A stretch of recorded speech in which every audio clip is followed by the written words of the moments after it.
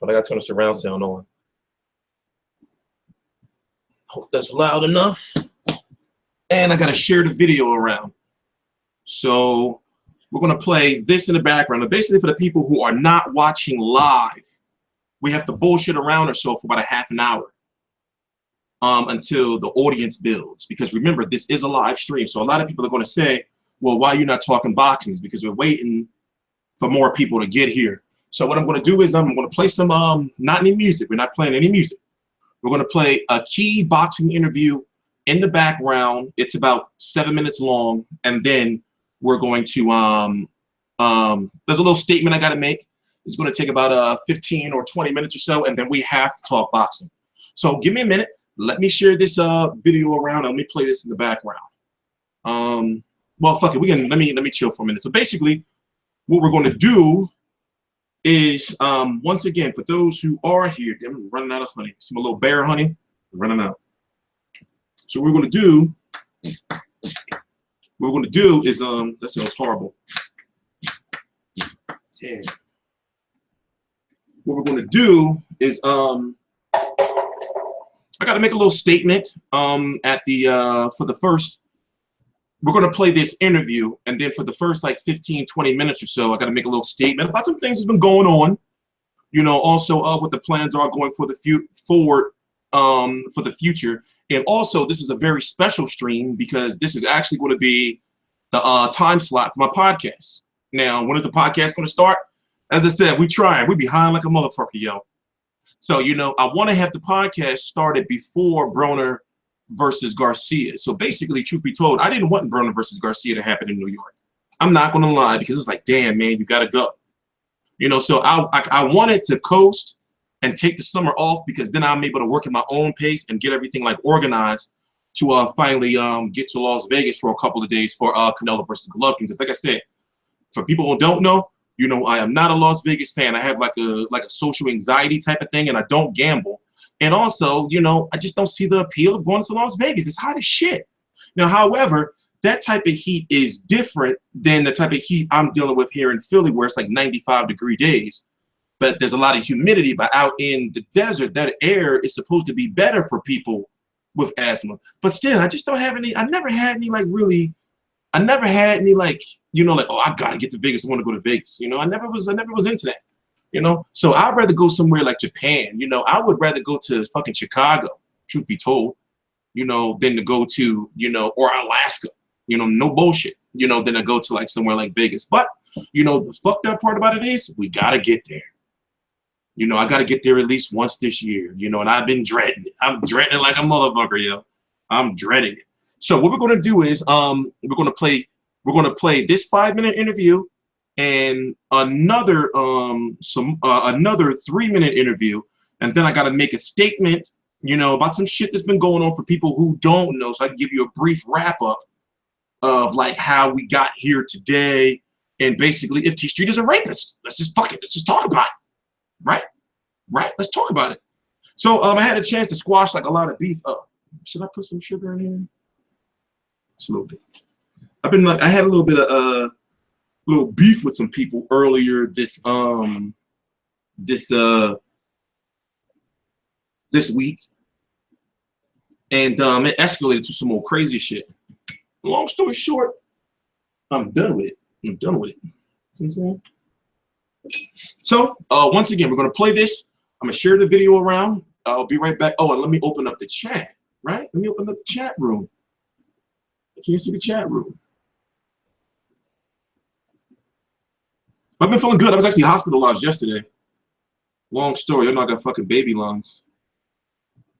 So let me see. First, let me share the video.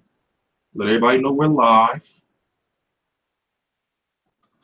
We got a lot to talk about. So we are live. Yeah. Okay. So let me play this. I didn't read. My team kind of gave me just what they most put out. But it's 100%. It's a fact. Like, just think of the logic, okay? Just real quick. Just think of the logic of us coming up with the right idea to call him out of the blue and try to pluck his head trainer, knowing that it's going to be a rematch. But just pause on that topic for 1 second. He incriminated himself by saying, if they would have took my offer, I might be over here. What does that say about him or his team and what's going on?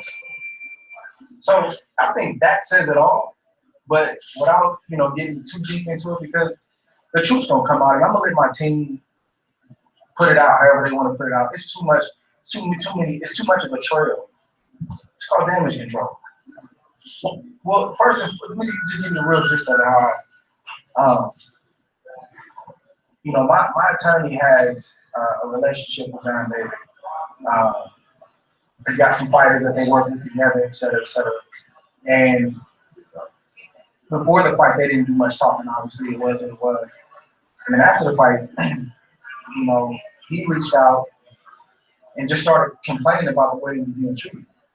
He was complaining about the fact that whoever the Russian coach was, I don't know, that he wasn't able to talk in the corner, that right before he walked out to the ring, he was told he can't talk after a certain point in the fight, which I think everybody saw, and that he couldn't even understand the guy that was talking. He didn't know the instructions. So let me run this back. This is hold on. I gotta get a better system with this. Mayweather. Hold on.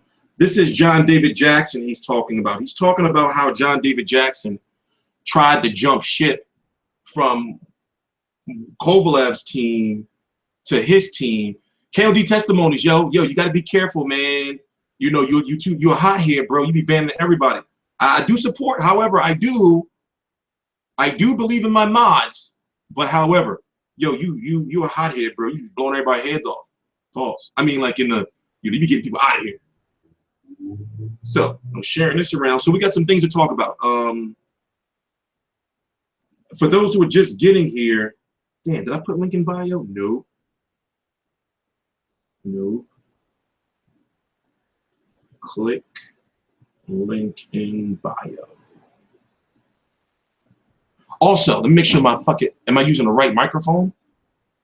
Cool, we good. Yeah, we good. We good. We good. So that's done. So what we're going to do is I'm going to run this interview back from Andre Ward, and he's talking about how John David Jackson was trying to do some snake shit to Kovalev team. So we got to decipher this, talk about all this. But for the first 15 minutes, I'm gonna limit it to 15 minutes because I think this is a good enough time. I gotta wrap up, some shit from the past, basically, to be able to move on like the way I want to. Piece of glass in my finger, man. Move on the way I want to. So hang in there. Please subscribe. We got a lot to talk about. As I said before, we're going to talk about boxing. We're going to talk about T Street burying the hatchet. We're going to talk about how T Street is not always right, and we're going to talk about if T Street is a rapist. Right? That's controversy right there. Please subscribe. Oh, and rape is not funny. That's not nothing to fucking joke about. That's not nothing to fucking joke about. You scumbags. So yeah, it's no secret, man. I used to do some fucked up shit when I was a kid, but never no fucking rapist. However, I did take charges for people who did dumbass shit like that. Weird shit, man. But long story short, let's listen to this. This is important. I didn't read. I mean, my team kind of gave the gist of what was put out. But it 100%. Pay attention. Like, just think of the logic, okay? Just real quick. Just think of the logic of us coming up with the right idea to call him out of the blue and try to pluck his head trainer, knowing that it's going to be a rematch. But just pause on that topic for 1 second. He incriminated himself by saying, if they would have took my offer, I might be over here. What does that say about him or his team and what's going on? So I think that says it all. But without, getting too deep into it, because the truth's gonna come out, and I'm gonna let my team put it out however they want to put it out. It's too much, too many. It's too much of a trail.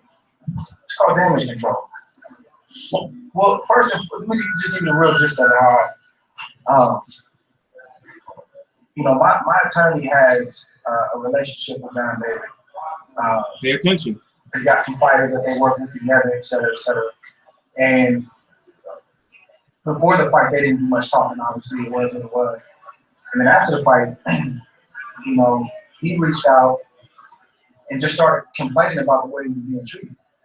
You know, he was complaining about the fact that whoever the Russian coach was, I don't know, that he wasn't able to talk in the corner, that right before he walked out to the ring, he was told he can't talk after a certain point in the fight, which I think everybody saw, and that he couldn't even understand the guy that was talking, but he didn't know the instruction that was being given to Kovalev. He was talking about how just Kovalev was just nasty. And I mean, how would I know that? He talked about how he would love to join our team because he seemed like good people, and Andre seemed like a good person to work with, and I think I would get along with Virgil. So when he brought that up, my team did what they were supposed to do. They vetted the situation. You know, they told me about it. Virgil's moving around training fighters, and he and I hadn't had a chance to talk. And as we deliberated about it, you know, they went back and forth and talked or whatever. And I think he came with some outrageous demand, money-wise, and my team was like, listen, like, it's not gonna happen. Like, in other words, we're doing you a favor, like bringing you in. You know, I respect John Davis, he's a former fighter, former champion, and you know, with him saying the way he was being treated, I'm looking at it like, look, man, like, you obviously were on the other side, and I didn't take personal the stuff you were saying before the fight, but let's see if it makes sense. Now, only problem with that is once I digest it, it don't take a rocket scientist to figure out if you're doing this to your top man, I can't trust you in the gym. And that's basically the conclusion me and Birch came to in about 2 minutes once we finally did get a chance to talk. We both agreed. A, I didn't want anybody taking anything away from Birch in the sake of like, oh, you guys need John Davis Jackson. And B, I like peace in the gym. You know, and I only want people in here that are with the team, for the team, and people that can be trusted. And that's the individual that even if he hasn't signed paperwork, you don't know what he's doing at night in his hotel room with the other side. So if he's doing that to his guy, what would he do to this side? So we killed the situation, and then it came out when it came out. But I have one of the best trainers in the world. And no disrespect to John Davis, that's not the first time we fought him. That was the second time we fought him. And John Davis hasn't done anything, in my perspective, as a trainer to make me want to ditch my trainer, add to my trainer. My trainer's enough. Even early in my career, when I got knocked down and people were, oh, you're a pro trainer, I stuck with my godfather because I know he's the guy. And he showed that in the last fight he was the guy. There's absolutely no reason for us to want to reach to the other side. Like, that's not even part of my character. I wouldn't even think about doing something like that. But what happened, he got in too far. He got in too deep. And even during the deliberating process, he gave us way too much information about what had been going on, what was going on in their camp, why he was unhappy, disgruntled, et cetera, et cetera. That's why you didn't see him at any of the press conferences. They were negotiating to see if he was going to come back. That was the whole thing. So if you look at my career, every interview I've done, I don't make stuff up, man. I don't play games. I'm a straight shooter. Like, that's a fact. That happened. Now, how they handle it and deal with it on that side, that has nothing to do with me. But the reality is him being a former fighter, he broke a cardinal rule. We don't do that. This is a very sacred place, the gym. What's happening in the gym stays in the gym. And I feel like even if you had a situation, that's one thing if he broke ties and said, I'm done, you know, I would love to come over here. These are the reasons why. And he never went back. You can kind of respect that more, but playing both sides, we're not going to fall for that. And that's why we didn't accept the money. So we're going to play that one more. We're going to play that back one more time. So I know that the audience is built a little bit. What we're going to do is once we're going to play this one more time, and then I have to talk about some things for about 15 to 20 minutes.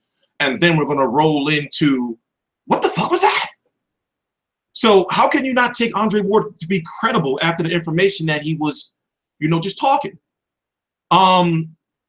So, you know, we're going to talk about fight week. Then we're going to roll into Broner versus Garcia. I haven't fully okay, I'm going to be there. I really don't want to, it's hard to say, put it like this. I'm always blessed to be at a fight. I'm always blessed to be at a fight. And Broner Garcia will be the biggest fight I ever attended. You know, I was supposed to attend Thurman Garcia, but it just wasn't in God's will. I got sick the day I was on my way in there, on my way out there. And I'm glad that I got sick here because I didn't want to end up in a New York City hospital. So it is going to be the biggest fight that I've attended. So I got to go, you know. So it's like this. I'm gonna spend about the first 15, 20 minutes talking about some things. Then we're going to talk about Ward-Kovalev in detail. And then we're going to go into Broner versus Garcia and then Mayweather versus McGregor. Those are the only topics we're talking about because we have to get organized. Obviously, if you have some questions, I'll answer them in short statements. But what's going on is this is kind of like a test, I guess, a little bit, because this is actually going to be the time slot for my podcast. Because right now it's 12:30 here in the East, 9:30 a.m. in Los Angeles, 5:30 p.m. in London, and 4:30 a.m. in Australia. So even if I start my podcast at 1 p.m. it's going to be on Mondays. At a 1 p.m., it would be able to hit all time zones in like a good amount of time, whether you're listening or watching on your way from work, on your way home, or, waking up or whatever. It's a good time slot. It's a good time slot. So we're going to run this interview back one more time because it's crazy. And, then after this, I have to make a statement. We got to talk about some shit. So please subscribe, share the video around. I'm T-Street Controversy. This is T-Street Controversy Live at FightView3CD.com.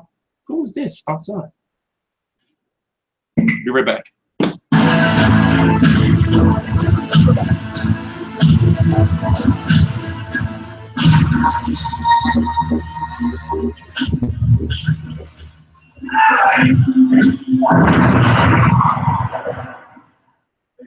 First and foremost, I didn't read. I mean, my team kind of gave me the gist of what was put out. But it's 100%. It's a fact. Like, just think of the logic, okay? Just real quick. Just think of the logic of us coming up with the right idea to call him out of the blue and try to pluck his head trainer, knowing that it's going to be a rematch. But just pause on that. You got to pay attention to this. This gets deep. Pay attention. He incriminated himself by saying, if they would have took my offer, I might be over here. What does that say about him or his team and what's going on? So I think that says it all, but without getting too deep into it, because the truth's gonna come out, and I'm gonna let my team put it out however they want to put it out. It's too much, too many. It's too much of a trail. It's called damage control. Well, first, let me just give you the real gist of it. My attorney has a relationship with John David. He's got some fighters that they work with together, et cetera, et cetera. And before the fight, they didn't do much talking. Obviously, it was what it was. And then after the fight, he reached out and just started complaining about the way he was being treated. He was complaining about the fact that whoever the Russian coach was, I don't know, that he wasn't able to talk in the corner, that right before he walked out to the ring, he was told he can't talk after a certain point in the fight, which I think everybody saw, and that he couldn't even understand the guy that was talking. He didn't know the instructions that were being given to Kovalev. He was talking about how just Kovalev was just nasty with him. And I mean, how would I know that? He talked about how he would love to join our team because he seemed like good people, and Andre seemed like a good person to work with, and I think I would get along with Virgil. So when he brought that up, my team did what they were supposed to. They vetted the situation. They told me about it. Virgil's moving around training fighters, and he and I hadn't had a chance to talk. And as we deliberated about it, they went back and forth and talked or whatever. And I think he came with some outrageous demand, money-wise, and my team's like, listen, like, it's not going to happen. Like, in other words, we're doing you a favor, like, bringing you in. I respect John Davis. He's a former fighter, former champion. And, with him saying the way he was being treated, I'm looking at it like, look, man, like, you obviously were on the other side. And I didn't take it personal with the stuff you were saying before the fight. But let's see if it makes sense. Now, only problem with that is once I digested it, it don't take a rocket science to figure out if you're going to see the top man, I can't trust you in the gym. And that's basically the conclusion me and Burge came to in about 2 minutes. Once we finally did get a chance to talk, we both agreed. A, I didn't want anybody to take anything away from Burge in the sake of like, oh, you guys need John David Jackson. And B, I like peace in the gym. You know, and I only want people in here that are with the team, for the team, and people that can be trusted. And that's an individual that even if you have him sign paperwork, you don't know what he's doing at night in his hotel room with the other side. So if he's doing that to his guy, what would he do to this side? So we killed the situation, and then it came out when it came out. But I have one of the best trainers in the world. And no disrespect to John David, but that's not the first time we fought John David. That was the second time we fought John David. John David hasn't done anything, in my perspective, as a trainer to make me want to ditch my trainer, add to my trainer. My trainers are not. You know, early in my career, when I got knocked down, people were, oh, you're a pro trainer. I stuck with my Godfather because I know he's the guy. And he showed that in the last fight he's the guy. There's absolutely no reason for us to want to reach to the other side. Like, that's not even part of my character. I wouldn't even think about doing something like that. But what happened is he got in too far. He got in too deep. And even during the deliberating process, he gave up way too much information about what had been going on, what was going on in their camp, why he was unhappy, disgruntled, et cetera, et cetera. That's why you didn't see him at any of the press conferences. They were negotiating to see if he was going to come back. That was the whole thing. So if you look at my career, every interview I've done, I don't make stuff up, man. I don't play games. I'm a straight shooter. Like, that's a fact. That happened. Now, how they handle and deal with it on that side, that has nothing to do with me. But the reality is him being a former fighter, he broke a cardinal rule. We don't do that. This is a very sacred place, the gym. What's happening in the gym stays in the gym. And I feel like even if you had a situation, that's one thing if he broke ties and said, I'm done, you know, I would love to come over here. These are the reasons why. And he never went back. You can kind of respect that more, but playing both sides, we're not going to fault that. Okay, so this is how it's going to go. That's some deep ass shit. We got to analyze all of that, right? We got to analyze all of that. So what we're going to do is things have to get more organized around here. So we're actually going to be here for another. We started at 12:15. So we want this to be an exact. No, we're not going to want anymore. This will be exactly a 2-hour video. We haven't played any music. We've been focusing on all boxing content, and that's the way it has to be going forward in the future. But however, even though there's going to be some people that are going to be like, well, you know, T Street, you need to stop talking about this and move on. Understand that this time it's different, and for these 15 to 20 minutes or so, it has to be addressed because there's a situation where it's like, if I really want to get where I want to get, you know, and start making some money for crying out loud, then, you know, I have to make sure that going forward that we're all on the same page, but also that I address my faults and what I've done, you know, to hurt people in the past, and the fact that I'm not that person anymore, and more importantly, to bury the hatchet with other people and to be like, hey, listen, you know, all that shit is over. I understand what I did wrong, but however, we all must take accountability. But in this situation, it's best for me, especially with my checkered background, to take the high road. You know, it just has to be that way. So for the new people, I'm going to repeat this, and for the old people, I understand that you don't want to hear this, but I have to repeat it one more time. And also, okay, put it this way: I like my Fight View 360 mug. I like my mug, but this is where's my favorite mug? I got a mug that's 2 times the size of this. So I like to sip on my tea, and this is just too damn small. It's just too damn small, and I gotta get it. I gotta get a bigger Fight View 360 mug. I need a fucking big ass fucking mug, you know, so I can put like 4 or 5 tea bags in there at the same time.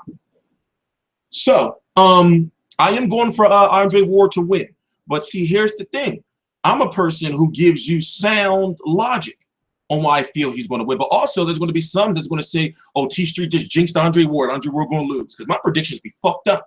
However, my way of telling you how a fighter can and will win is always on point, whether they win or not. I said, listen, I don't gamble with nothing.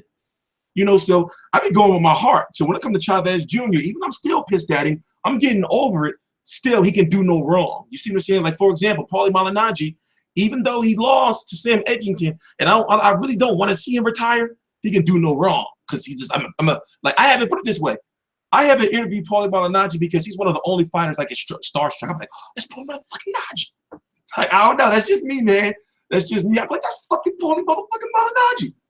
You know? But it's like this. Anyway, moving forward in the future.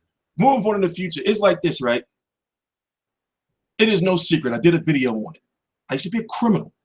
Remember, the key word is used to be. The last time I attempted to do a criminal act was in 2008. And that shit didn't go well. That shit, I said never again. And I was junior class fucking vice president. Ain't that crazy? In college. So it's like this, right? I say it started at 14. I grew up in a very, very rough neighborhood. You know, we're going to talk about this for like 10, 15 minutes. In fact,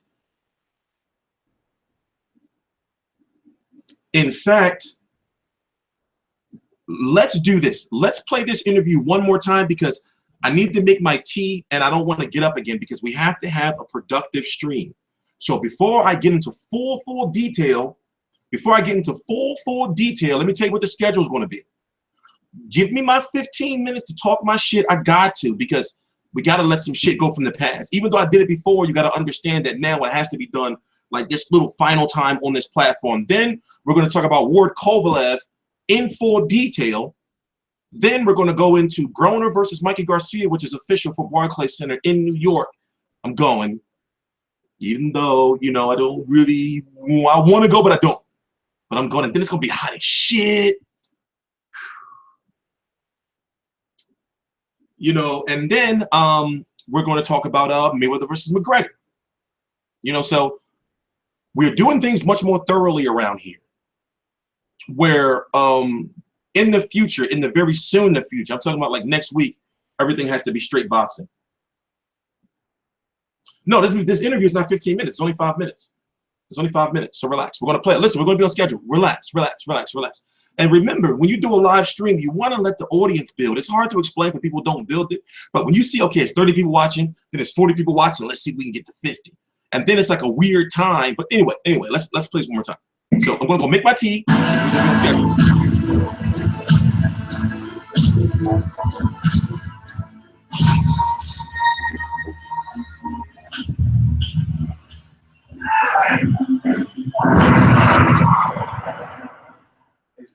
First and foremost, I didn't read.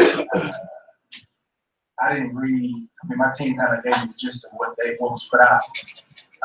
But it 100%, it's a fact. Like, just think of the logic, okay? Just real quick, just think of the logic of us coming up with the right idea, calling him out of the blue, and trying to pluck his head trainer, knowing that it's going to be a rematch. But just pause on that topic for 1 second. He incriminated himself by saying, if they would have took my offer, I might be over here. What does that say about him or his team and what's going on? So I think that says it all, but without, you know, getting too deep into it, because the truth's gonna come out, and I'm gonna let my team put it out however they want to put it out. It's too much, it's too much of a trail. It's called damage control.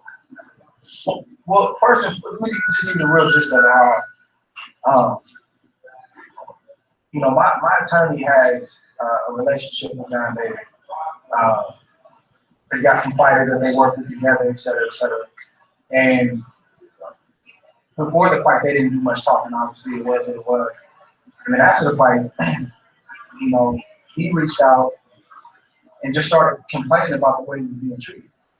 You know, he was complaining about the fact that whoever the Russian coach was, I don't know, that he wasn't able to talk in the corner, that right before he walked out to the ring, he was told he can't talk after a certain point in the fight, which I think everybody saw, and that he couldn't even understand the guy that was talking. He didn't know the instructions that was being given to Kovalev. He was talking about how just Kovalev was just nasty with him. And I mean, how would I know that?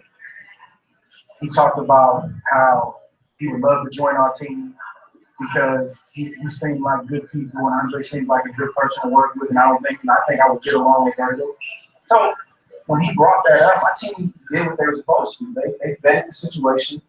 You know, they told me about it. Virgil's moving around training fighters, and he and I hadn't had a chance to talk. And as we deliberated about it, you know, they went back and forth and talked or whatever. And I think he came with some outrageous demand, money-wise. And my team was like, listen, like, it's not gonna happen. Like, in other words, we're doing you a favor, like bringing you in. You know, I respect John Davis, he's a former fighter, former champion, and you know, with him saying the way he was being treated, I'm looking at it like, look, man, like, you obviously were on the other side, and I didn't take personal the stuff you were saying before the fight, but let's see if it makes sense. Now, only problem with that is once I digested it, it don't take a rocket scientist to figure out if you're doing this to your top man, I can't trust you in the gym. And that's basically the conclusion me and Burge came to in about 2 minutes. Once we finally did get a chance to talk, we both agreed. A, I didn't want anybody taking anything away from Burge in the sake of like, oh, you guys need John David Jackson. And B, I like peace in the gym, you know, and I only want people in here that are with the team, for the team, and people that can be trusted. And that's an individual that even if you have to sign paperwork, you don't know what he's doing at, you know, at night in his hotel room with the other side. So if he's doing that to his guy, what would he do to this side? So we killed the situation, and then it came out when it came out. But I have one of the best trainers in the world. And no disrespect to John David, but that's not the first time we fought John David. That was the second time we fought John David. And John David hasn't done anything, in my perspective as a trainer, to make me want to ditch my trainer, add to my trainer. My trainers are not. You know, early in my career, when I got knocked down, and people were, oh, you're a pro trainer. I stuck with my Godfather because I know he's the guy. And he showed that in the last fight he's the guy. So there's absolutely no reason for us to want to reach to the other side. Like, that's not even part of my character. I wouldn't even think about doing something like that. But what happened is he got in too far. He got in too deep. And even during the deliberating process, he gave us way too much information about what had been going on, what was going on in their camp, why he was unhappy, disgruntled, et cetera, et cetera. That's why you didn't see him at any of the press conferences. They were negotiating to see if he was going to come back. That was the whole thing. So if you look at my career, every interview I've done, I don't make stuff up, man. I don't play games. I'm a straight shooter. Like, that's a fact. That happened. Now, how they handle it and deal with it on that side has nothing to do with me. But the reality is him being a former fighter, he broke a cardinal rule. We don't do that. This is a very sacred place, the gym. What happens in the gym stays in the gym. And I feel like even if you had a situation, that's one thing if he broke ties and said, I'm done, you know, I would love to come over here. These are the reasons why. And he never went back. You can kind of respect that more, but playing both sides, we're not going to fall for that. And that's why we're getting accepted. It's too hot. It's too damn hot. All right, so we got we're starting now. So we how many topics? We have 4 topics that we're going to talk about. We have to squeeze those 4 topics into. We started at 12:15. There was no music, so therefore this video is not going to be copyrighted and it can be seen all around the world. So we started at 12:15. It's 12:48 right now. We have to be done by 2:15 to be a straight video. So now here we are. So the first topic we're going to talk about is we're going to talk about the controversy of the weekend. You know, it's no secret. Then we're going to talk about this shit in full detail because even though you may not want to hear it, we gotta go back and we gotta analyze each and every sentence because he sounds credible as fuck. That shit sounds credible. You know, also to the mods, be careful today because you know it's already a whole bunch of people I gotta go back and unban. You know, I forgot to do it this morning. I got to unban a whole bunch of people because it's some homies that got blocked. You know what I'm saying? So I understand that people say some dumb shit, put them on timeout, but don't ban them. But if they start doing like, you know, like dumbass shit, then fucking ban their ass. You see what I'm saying? Then ban the shit out of them. So it's like this, right? Over the weekend, I was on a bit of a warpath because something happened on my Facebook where, and it was, the crazy thing is, it was over a female. It was over a female. So long story short, somebody put my criminal record out there. Somebody that has no credibility in anywhere for anything. And on my criminal record, there's some crazy looking ass charges. But truth be told, to really understand like how I got those charges, and we're only gonna be talking about this for like 10, 15 minutes. To understand how I got those charges, you would have to have been either A, in some street shit before in the past, or B, know how courts work and know that if they lock somebody up, there's a whole bunch of people that lock everybody up the same shit.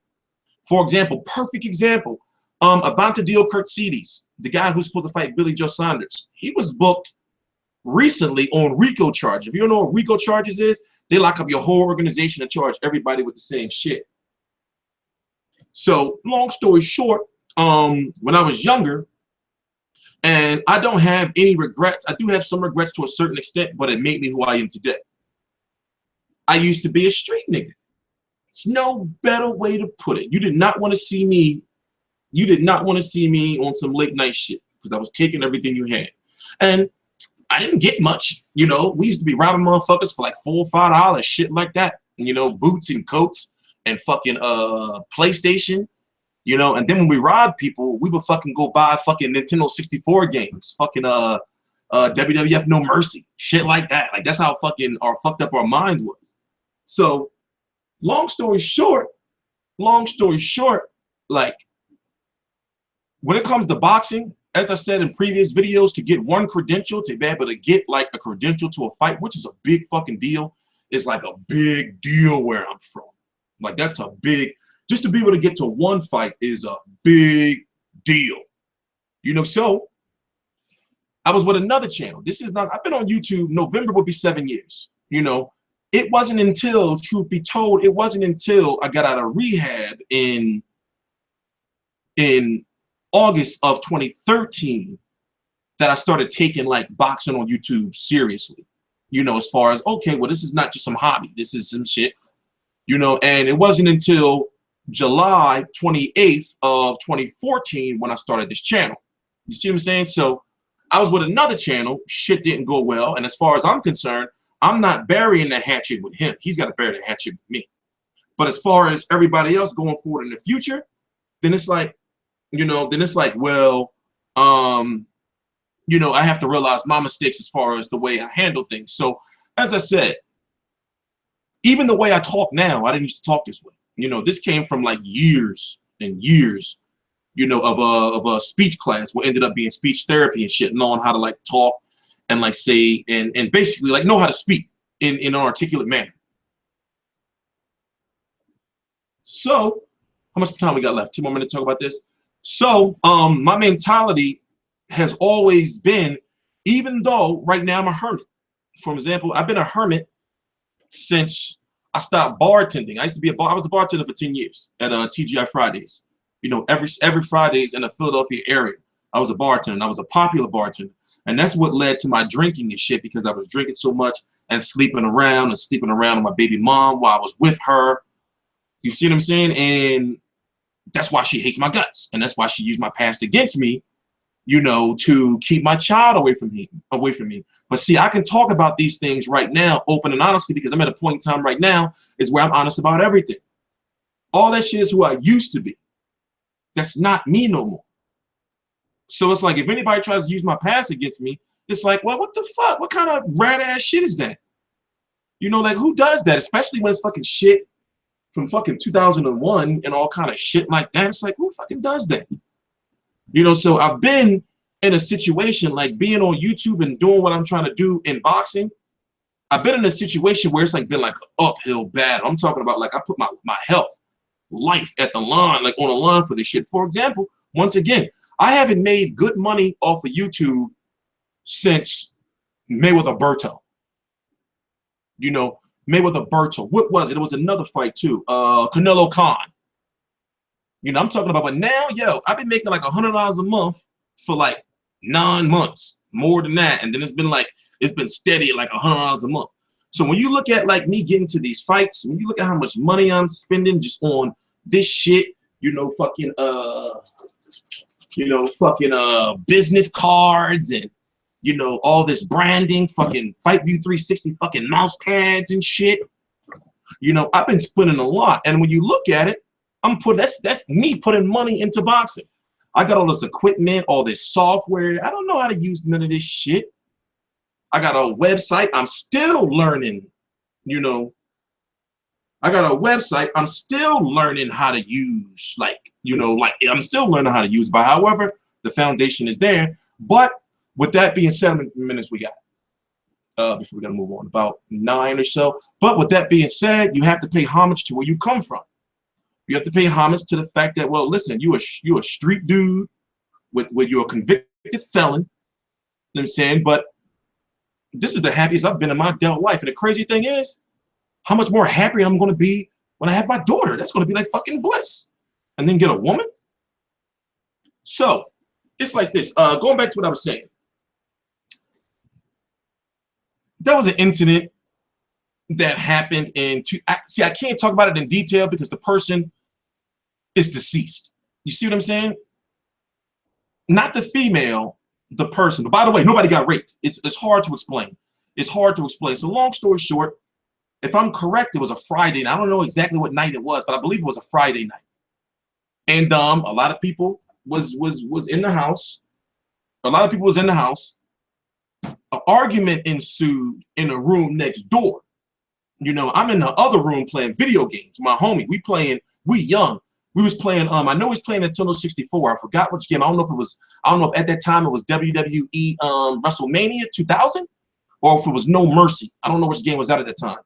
So it's some fisticuffs and shit, you know, going on. Yeah, the charges were withdrawn, but see, to nut-ass motherfuckers who don't know how court charges work, it's a difference between getting not guilty and getting withdrawn. Getting withdrawn is like when it's like, okay, well, they wasn't there or they didn't do the shit. But to motherfuckers who never been through nothing, they see the charges and they don't look at, you know, how the shit's been withdrawn. So it took a day for me to realize, like, well, wait a minute, why am I mad at these motherfuckers put my criminal record out there where it clearly says withdrawn? But at the same time, I'm thinking they never been through nothing. So they be acting like they tough and they street dudes and everything. You've never been booked if you've never been through nothing. And I'm not saying it's a good thing. I'm not saying it's a good thing that I've been through the things I've been through, but I was at a point in time where it's like this. If somebody told me to get you out of here, you was getting out of here. If somebody told me to fuck you up, you getting fucked up. So being in that mentality, like for those years, especially I grew up in North Philly, like where it was a high drug area and it was like this little small drug war going on, whatever it was. But I was on like the low of the low as far as like a foot soldier. You see what I'm saying? So I didn't really have no say when it came to the people above me. So it's like when the people above me told me to do some shit, it's like you do it or you're gonna get fucked up. So shit was going so bad that I ended up moving away for a year. And then I went to college. That shit changed my life. Maybe considering a future legal action. What are you talking about? I don't do shit. I be by myself. So I ended up going to college. Shit changed my life. You know, so since we don't have much time, I got to get to the point of things. It's like this, mentality-wise, I'm not a person who backs down from a fight or an argument or anything. Like, especially with no men. I'm not that type of person. And also, I'm not stupid to whereas in, I'm not just going to fly off the handle when I see you. I'm going to wait for a little while. And I'm going to get you when you almost... It's just like this. That was my job, to get the drop on niggas. That was my job. You know? Do you live around Julian Williams? No, he lived in West... He from West Philly. We do got homies that all know each other, though. He in West Philly. I'm in North Philly. Well, I was from North Philly. But it's like this, like in the circles of Philly, y'all all know each other through each other. So I grew up with Meek Mill. We don't have much time. Let's stay on subject. So it's like this. When the person put my criminal record out there, right? I'm thinking like, well, damn, I'm fighting for a child, bro. Like, what type of, you know? And the motherfucker knew that. It's like, even though the courts know that, which is the reason why this shit's been taking so long, because I had to have mental assessments, drug tests, and all that type of shit. Because my baby mom, and the reason why I could talk about it freely is because deep down, she knows she's going to lose. You know, she did some messed up stuff. So she used my past against me because she didn't want me to be, you know, whatever. Anyway, long story short is I got word, whether it was good intel or not, that this person, along with others who I had issues with in the past, were conspiring to try to use my criminal record to stop me from advancing with my brand Fight View 360. So I always knew in the past, you know, that me being me, one day I'm going to do a video about that shit and just talk about it, get it all out there. So when I talked about it, it was like, okay, well now, you know, I'm forced to talk about it because even though, like I said, people are calling me a rapist and all that shit, it's like on some real shit, real niggas know. Motherfuckers who've been through shit, they know. It's like, oh, look at the shit, that shit was withdrawn. So it's like, I can't be mad at motherfuckers who's trying to say shit, right? And I knew once I did that video talking about it, I said, I know motherfuckers is gonna come at me. You know, I know that. You know, I know motherfuckers is gonna come at me. You know what I'm saying? I know motherfuckers is gonna be like, okay, we're unsubscribing. I know it's gonna be internet tough guys that once they see attempted rape, oh, what, he's gone. But you be telling nobody raped that shit. She just knew that was the only way to get everybody locked up. And also the way the cops work is when they fucking went to her, of course they're gonna be like, oh, say so you had sex with one man in the house consensually, but it was other men in the house. Well, let's charge them all with this. Y'all motherfuckers ain't never been through shit. You know what I'm saying? Y'all motherfuckers ain't never been through shit. But like I said, I only had issues with a couple of people. You know, and one of them in particular, I jumped the gun. You know, it was on some female shit like when I came at him because it was like, truth be told, even though I may have heard things, it was like, yo, like that's not how men do shit. So it was like, even though you may have heard things, you have no confirmation. So I ended up snapping on him, and that was like my fucking fault. You know, clearly my fault. You know, so even though I don't want to say names, I kind of have to just to make sure because it's an open apology. You know, y'all know Hoop Jab. You know, he don't fuck with nobody. You know, and then not to mention, like, he a young black man. So it's like, you can't really, like, you look like a clown fuck with somebody like him because everybody be like, well, damn, he cool. You know? So, you know, it's like this, right? I understand, you know, that I be flying off the handle, but it's just that I was just so mad at the time because I thought that everybody was against me. So as far as apologies concerned, I apologize to Hoop Jab. So any of that shit I said, yeah, that shit wasn't for real. And even if it ever got to that point, it's like, yo, like I would look like a clown fucking with him because he cool with everybody. And he don't fuck with nobody. You see what I'm saying? It's just that, you know, I was fucking with him because of association of somebody he was with. So it's like in reality, I brought him into that shit. You see what I'm saying? Let's get to the fights. I got 2 more minutes. Well, 4 more minutes. I got 1 more person. 4 more minutes. And I don't see how people say shit. The majority of people don't know you.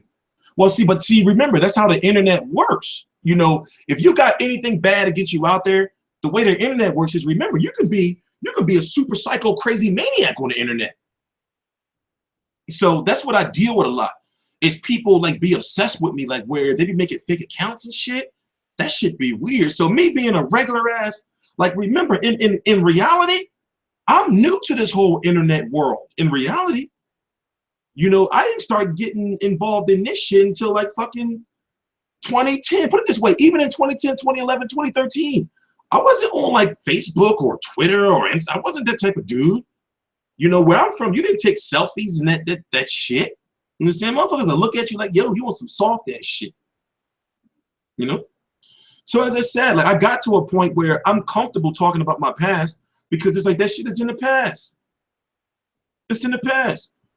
You know, like home invasions, fucking staking out, you know, every day, fucking 5 o'clock, 6 o'clock in the morning, you know, trying to see what time the supermarket dude come to fucking open up so we can go in there and rob him. Dickhead shit, not knowing how we gonna get in the safe. Dickhead shit. You know, just fucking random people up. If you have a bad day, just fucking somebody walk down your street, right? You're having a bad day. They walking down your street, you just go up, pop, punch them right in their fucking neck with some shit. You know, shit used to be fucked up, man. So now in my hermit lifestyle, I be wondering like, yo, what motherfuckers do they really think? Like, I be like just talking. Now I know that when it comes to like, you know, violence and all that, that's stupid. You can't get into that type of stuff. That's why, as I said, when I be at events, I be quiet as a kitchen mouse. I be quiet as shit. You know, I go there, I do my fucking job, you know, and I get the fuck out of there. But however, I'm one of them type of people where I'm never comfortable somewhere. So I always got eyes in the back of my head. Like I'm never the type of person who has like my back is always against a wall. But that's just, you know, that's just the way it is. You know, so, and it's like, I'm not the type of person like that's going to be dealing with people saying subliminal shit, because I'm going to ask you. I'm a very, you know, confrontational person. So it's like this. To be able to get like my first credential, right? The first website I joined, and I knew nothing about like websites, you know, and I'm not saying I know nothing. I know more than I did then. I knew nothing about like websites. I knew nothing about like media, you know, nothing. But I've always been one of those people that I was very good at like learning. So therefore, you ain't gonna tell me to do something or teach me how to do something and me not how and me not learn how to advance on it. I've always been that type of person. You know, so after I had left Into the Arena, the channel I was with, over a huge financial dispute, and also he broke my heart. And like I said, I can talk about him any way I want to because he owes me an apology. I'm not, no. You know, so so after hey, somebody put, if people don't understand what I'm saying, put them on timeout. Don't ban them, but you're going to let me finish my point, or you don't have to watch. Remember, for those who don't know, I don't kiss no ass for no subscribers. But however, you will get all the shit that you need as far as boxing is concerned from me. You see what I'm saying? So you have to let me get this shit off my chest, because I have a long summer of nothing but boxing to give to you. I have put a lot of money into this, and I understand, you know, that now I have to start making money, and now I have to start giving you nothing but boxing after today. All playtime is fucking over. Playtime is over for me. So let me finish my shit. I come to a realization is that, like, it's like this, right? I take care of my pop. My pop never took care of me. I get up every morning and make breakfast for his ass. He never made breakfast for me one day in his life. But at the same time, he's still my pop. So excuse me, when it comes to like how I got to my first fight, it's no secret that in order to learn what I have to learn today, I had to be with a website. That website was Real Combat Media. So it's like, even though we've had our disagreements in the past, the disagreements wasn't enough, like, for me to go to the levels, you know, that I've been to. So you have to understand that when it comes to like experience, and when it comes to like doing all this stuff, and when it comes to like being established, they're way more established than I can ever be. You know, I'm like, looking at it, like, I thought that shit was easy. Looking at it, that shit is hard. You know how many fucking hours you got to put in to run a website? You know, so at that time when I was with Real Combat Media, I was thinking like, man, I can do this shit. This shit's going to be easy. You know, and then that shit, you know, that shit, like, when you got to get your content out there, when you got to know how to contact these people and talk to these people and everything. So if it wasn't for Real Combat Media, truth be told, literally, none of this shit would have been here. I wouldn't have learned, I wouldn't have knew about none of this stuff. I've always been good at marketing and numbers and shit like that, but I wouldn't have knew about none of this stuff. I had to take off of doing videos for a year and a half, watching hours and hours and hours of YouTube tutorials and reading fucking articles and shit to learn how to do all this. You know how many events that I was denied to the point where it got to the point that I was like, yo, he keep trying. Let's, all right, let's let him in the door. He keep trying, let's let him in the door. So it's like this, right? I completely understand that when it came to hoop jab, I was wrong. And I'm not just saying it to say I was literally, I was wrong, because I escalated that situation. Not because of him, because I wanted to get to him to get to the fucking other dude. So I brought him into that shit. When it came to Real Combat Media, I was pissed about how things had went down or about our separation, but at the same time, nothing illegal went on. It wasn't like a bad separation. It's just that I was going through shit at the time, you know, and it was like, damn, man, you know. So now that we have to move on to boxing, I completely apologize for all of that. Like, literally, I'm at a point in time in life like where I wake up like, this is the happiest I've been. This is the happiest I've been. Like 2 years ago, like I had like, I was broke. I had money tied up in the courts. Long story, I'm not gonna get into it. But to wake up and it's like I can watch Ward versus Kovalev. and not worry about how much the pay-per-view cost. You know I'm gonna fucking fry wings that day, like early as shit in the morning. I'm gonna fry like a big ass thing of fucking hot wings. I'm gonna go get me some shrimps. You know, like to be able just to, you know, then I got like my own like house. I got all these fucking electronics and shit I don't know how to use. Like to be in that situation, you know, it's a blessed situation. You know, but when you have somebody bringing the criminal past, you know, especially when it comes to females, that's why I don't got no chicks, because they be too close-minded. Not because of my criminal past, it's just that it's like, yo, you know, like, do you realize what I'm trying to build? You know, I'm building some major ass shit here. I'm building some major ass shit, but see, I've learned that when people are not used to people doing shit, or more so when it comes to women, they're not used to men doing something, they think like, oh, well, something's wrong. But yo, I'm single on purpose. But anyway, you know, now let's move on. Did you have an amateur boxing background? No, I was a street dude. Like I learned how to box like from the streets. I tried when I was younger because people were like, yo, you need to get in this. Before this was like at the era I started getting into the street life when I was 14. Somebody put a gun in my hand when I was 14 years old. You know, so that's when I started getting into like the street life. You know what I'm saying? But I always had hands, you know, as far as people knew like, yo, dude can box, because I watched boxing like all, you know. So when you were a kid, you know how you'll be like shadow boxing and shit. You know, I was watching boxing my whole life. You know, so I always had hands. See what I'm saying? Oh yeah, as far as Liam Riedel, he only gets one warning. So that's his only warning. So next time, block him. Completely ban him. We're not fucking around anymore. We got a new mentality around here. We're blocking and banning people. We're not fucking around no more. Especially if I got that shit off my chest, then we're gonna ban you, and then you gotta go make another account. Then come back. We're gonna ban you again. You know, we're not fucking around no more. So, like I said, I believe in Andre Ward. I believe he's right, yo. I believe that shit he was talking was credible. That shit he was talking was credible. Because it's like, how did he know that stuff? And then he's talking so, you know, it's coming out so fluidly. It's like, yo, he talking some real shit. So what we're going to do is it's 5 minutes. We're going to analyze it minute by minute, each statement. And then we're going to go to, if we have enough time, we're going to go to the Kovalev media call, and we're going to listen to John David Jackson's end of things. Now, I understand because many feel, Yasir Ali, don't fuck around, bro. Not today. Not today. Yasir Ali is the guy who made the website. Not today, bro. Don't come in here making threats. Not today. Let's handle this behind the scenes. He made the website, but like I said, shit's got to advance. He wants shit to advance. We're gonna keep it behind scenes, bro. Don't do it. Not today, Yasir Ali. Not today. So it's like, even though many people feel Andre Ward lost, many people feel he lost, they don't want to believe the shit that he's saying because they're on Kovalev's side. But that shit sounds credible. That shit sounds credible. And as far as Ward versus Kovalev being poorly promoted, I look at it like this.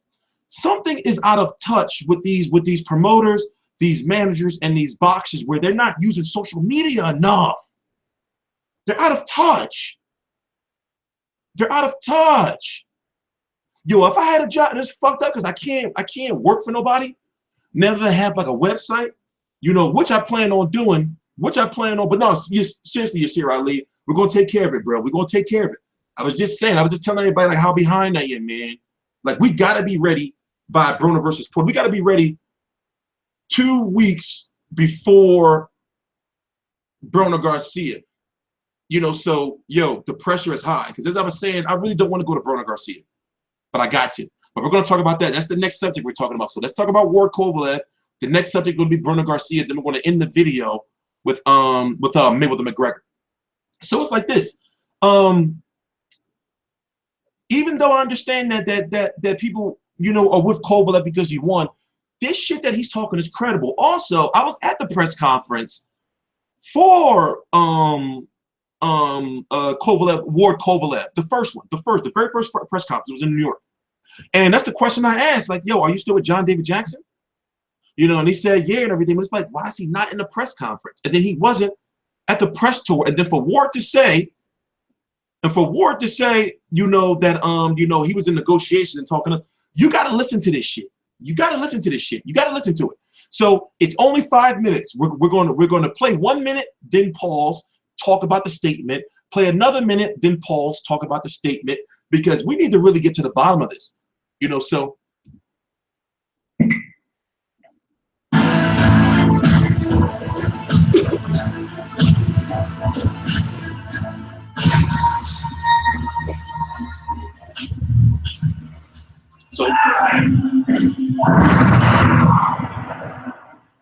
listen carefully. Listen. Listen. I didn't read. I mean, my team kind of gave me the gist of what was put out. But it's 100%. It's a fact.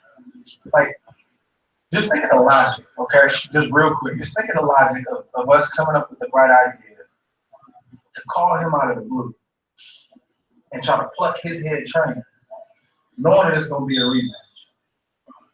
But just pause on that topic for 1 second.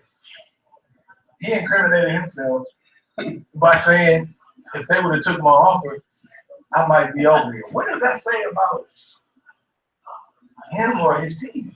All right, let's stop right there. Now, that's some serious accusations right there. Now, what I want to know is, did anybody see where John Davidson Jackson said that, well, if they would have took my offer, you know, I probably would have been on their team? And also, Ward is right. Like, what logic is that? Even though people say it's like mind games, that's some old fucking Sith Lord mind games. To be like, let's try to fucking get his trainer. Let's try to get that. But at the same time, I'm not gonna lie though. I'm not gonna lie. You know, if I was a promoter, I would try some shit like that just to fuck with him. If I had the money, come on, really, come on. We know boxing is a fucked up sport. I'd try some shit like that. I'd be like, yo, let's go fuck with Kovalev. Like, imagine if it's Ward and Jay Prince chilling. You know, they're like, yo, let's go fuck with Kovalev, yo. Let's call up John David Jackson and see if he's trying to jump ship. So he did say, are you going to the fight? Can somebody put Liam Riedel on timeout? You don't ask me no questions. You fucked it up a long time ago, Liam Riedel. You're lucky that you're not banned forever. It's a new day around. We banning everybody. So put him on timeout. Where's my mind's at? Put him on timeout. Don't ban him. Put him on timeout. So it's like this, right? But that's some real fucked up shit to do if it is true. You know, if it is true. So once again, let's play this one little 30-second clip back and analyze it. Now listen to what he's saying. Now we're going to go through minute by minute and talk about all of this. It's a fact. Like, just think of the logic, okay? Just real quick. Just think of the logic of us coming up with the right idea to call him out of the blue and try to pluck his head trainer, knowing that it's going to be a rematch. But just pause on that topic for 1 second.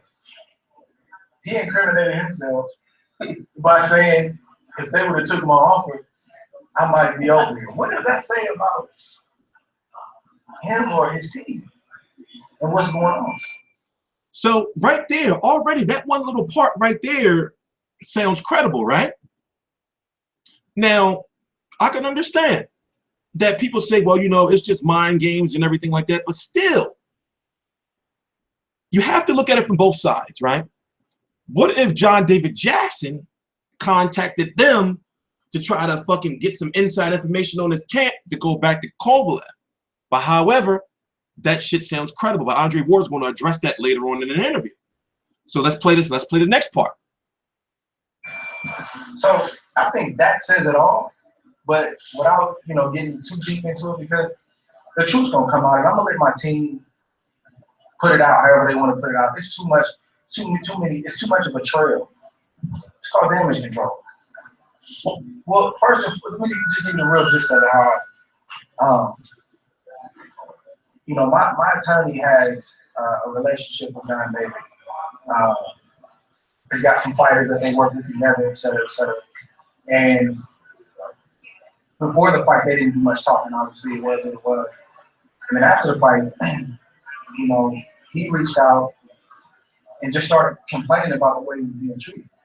You know, he was complaining about the fact that whoever the Russian coach was, I don't know, that he wasn't able to talk in the corner, that right before he walked out to the ring, he was told he can't talk after a certain point in the fight, which I think everybody saw.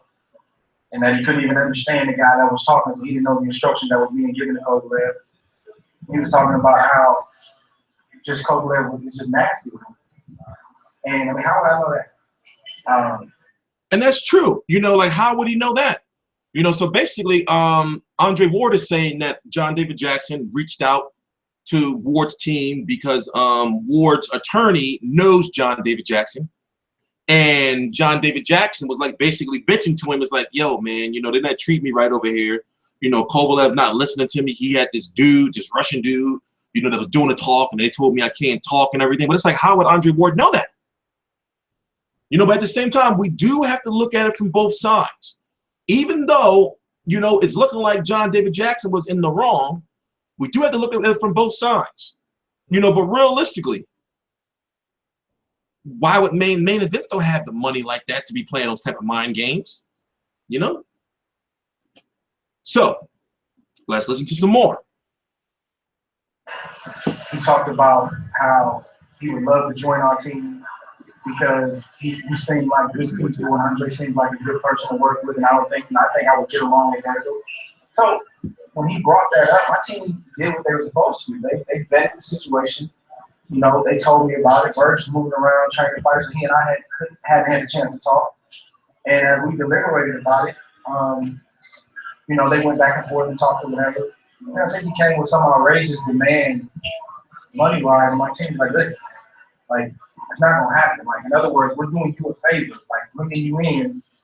You know, I respect John David. He's a former fighter, former champion, and you know, with him saying the way he was being treated, I'm looking at it like, look, man, like, you obviously were on the other side, and I didn't take it personal with the stuff you were saying before the fight, but let's see if it makes sense. Now, only problem with that is once I digest it, it don't take a rocket scientist to figure out if you're doing this to your top man, I can't trust you in the gym. So that's crazy, right? That's some real shit, though. You know, so Ward's logic was like, you know, okay, put it this way, right?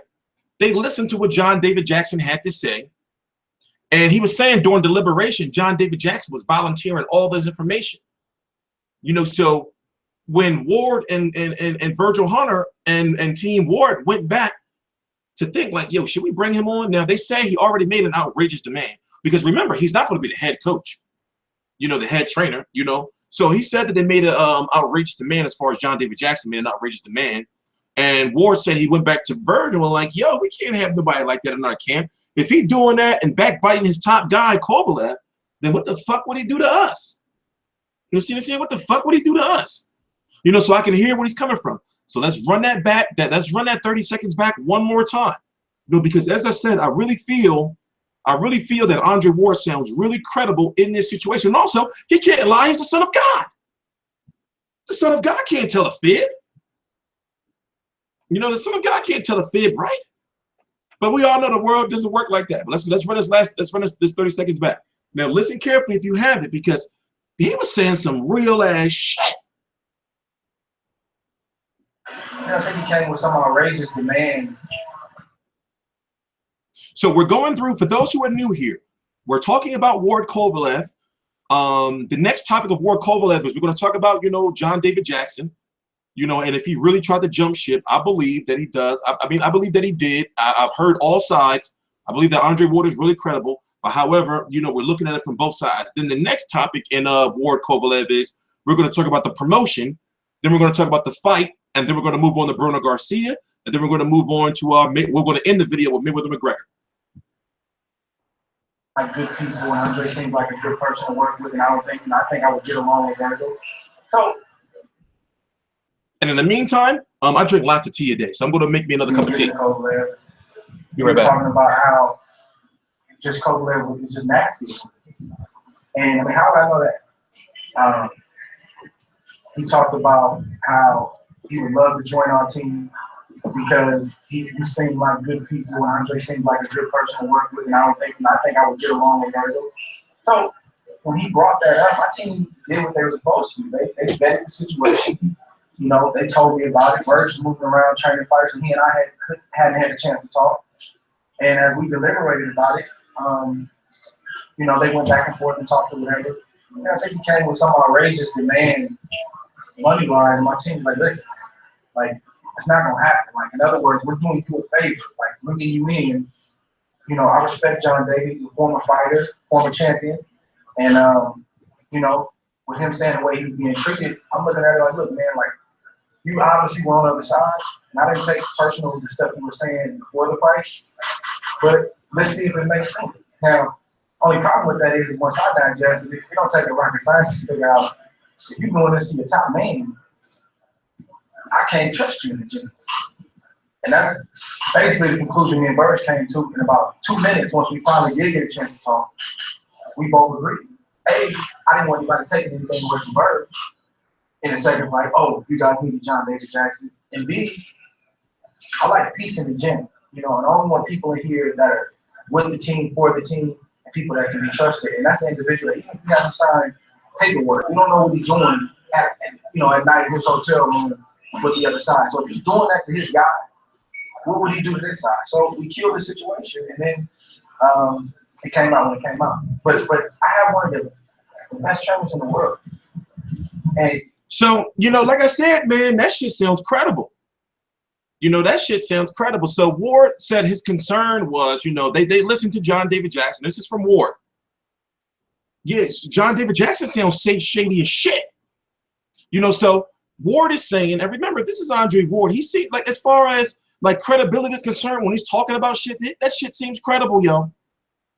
You know, so he's saying that they listened to John David Jackson's side, and John David Jackson was talking to them like, you know, like, yo, you know, they're not treating me good over here. They're telling me I can't talk in the corner, you know. And Ward was on some shit like, well, he went back to Virgil Hunter and was like, you know, well, you know, that's some fucked up shit he's doing to his top guy, you know. So what would he do to us if you bring him in our camp? But also Ward was saying that he's got to watch, he was watching out for it. Well, what if it's the other side playing mind games? So it's a situation where you can't get a real answer. You know, you would only get the real answer from Kovalev's side.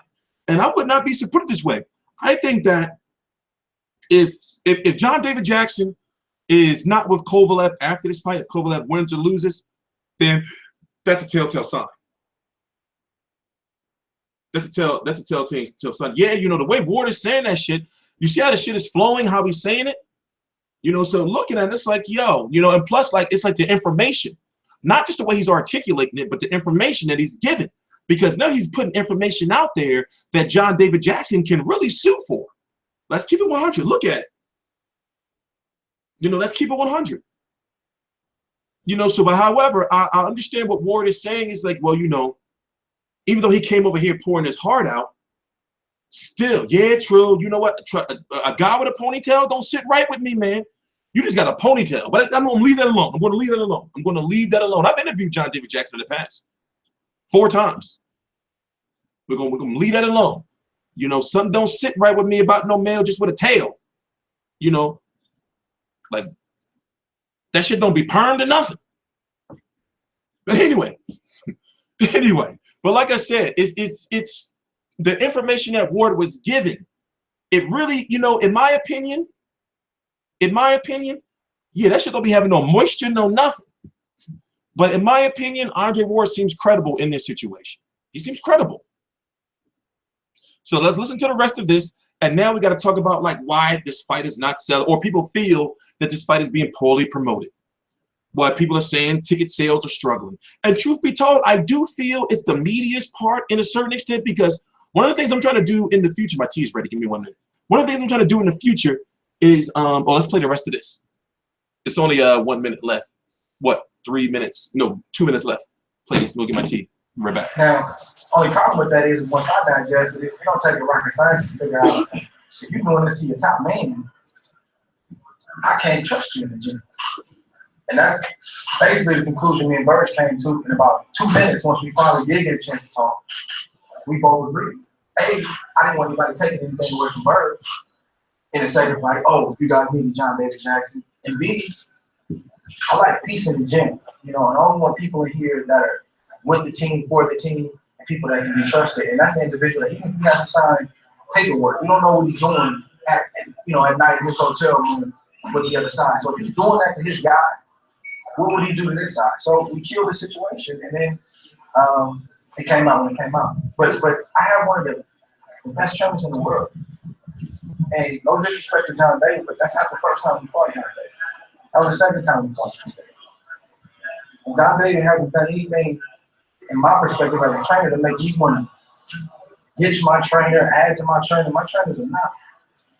Even early in my career, when I got knocked down, and people were, oh, you're a pro trainer. I stuck with my godfather because I know he's the guy.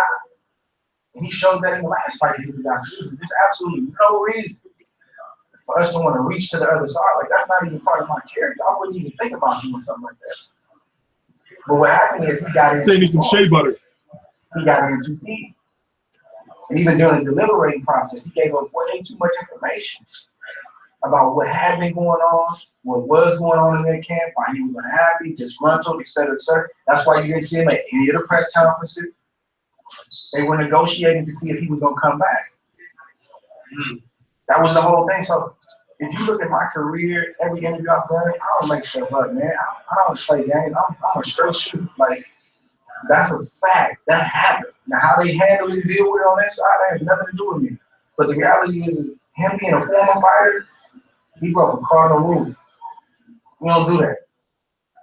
This is a very sacred place, the gym. What's happens in the gym stays in the gym.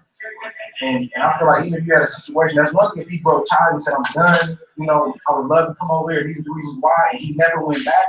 You can kind of respect that more, but playing both sides, we're not going to fall for that. And that's why we're getting accepted on my team. So he said that he would have respected John David Jackson more if he didn't go back to Kovalev. Like, he was trying to play both sides. So as Andre Ward said, you know, he seems to be, you know, he comes off as being pretty credible, man.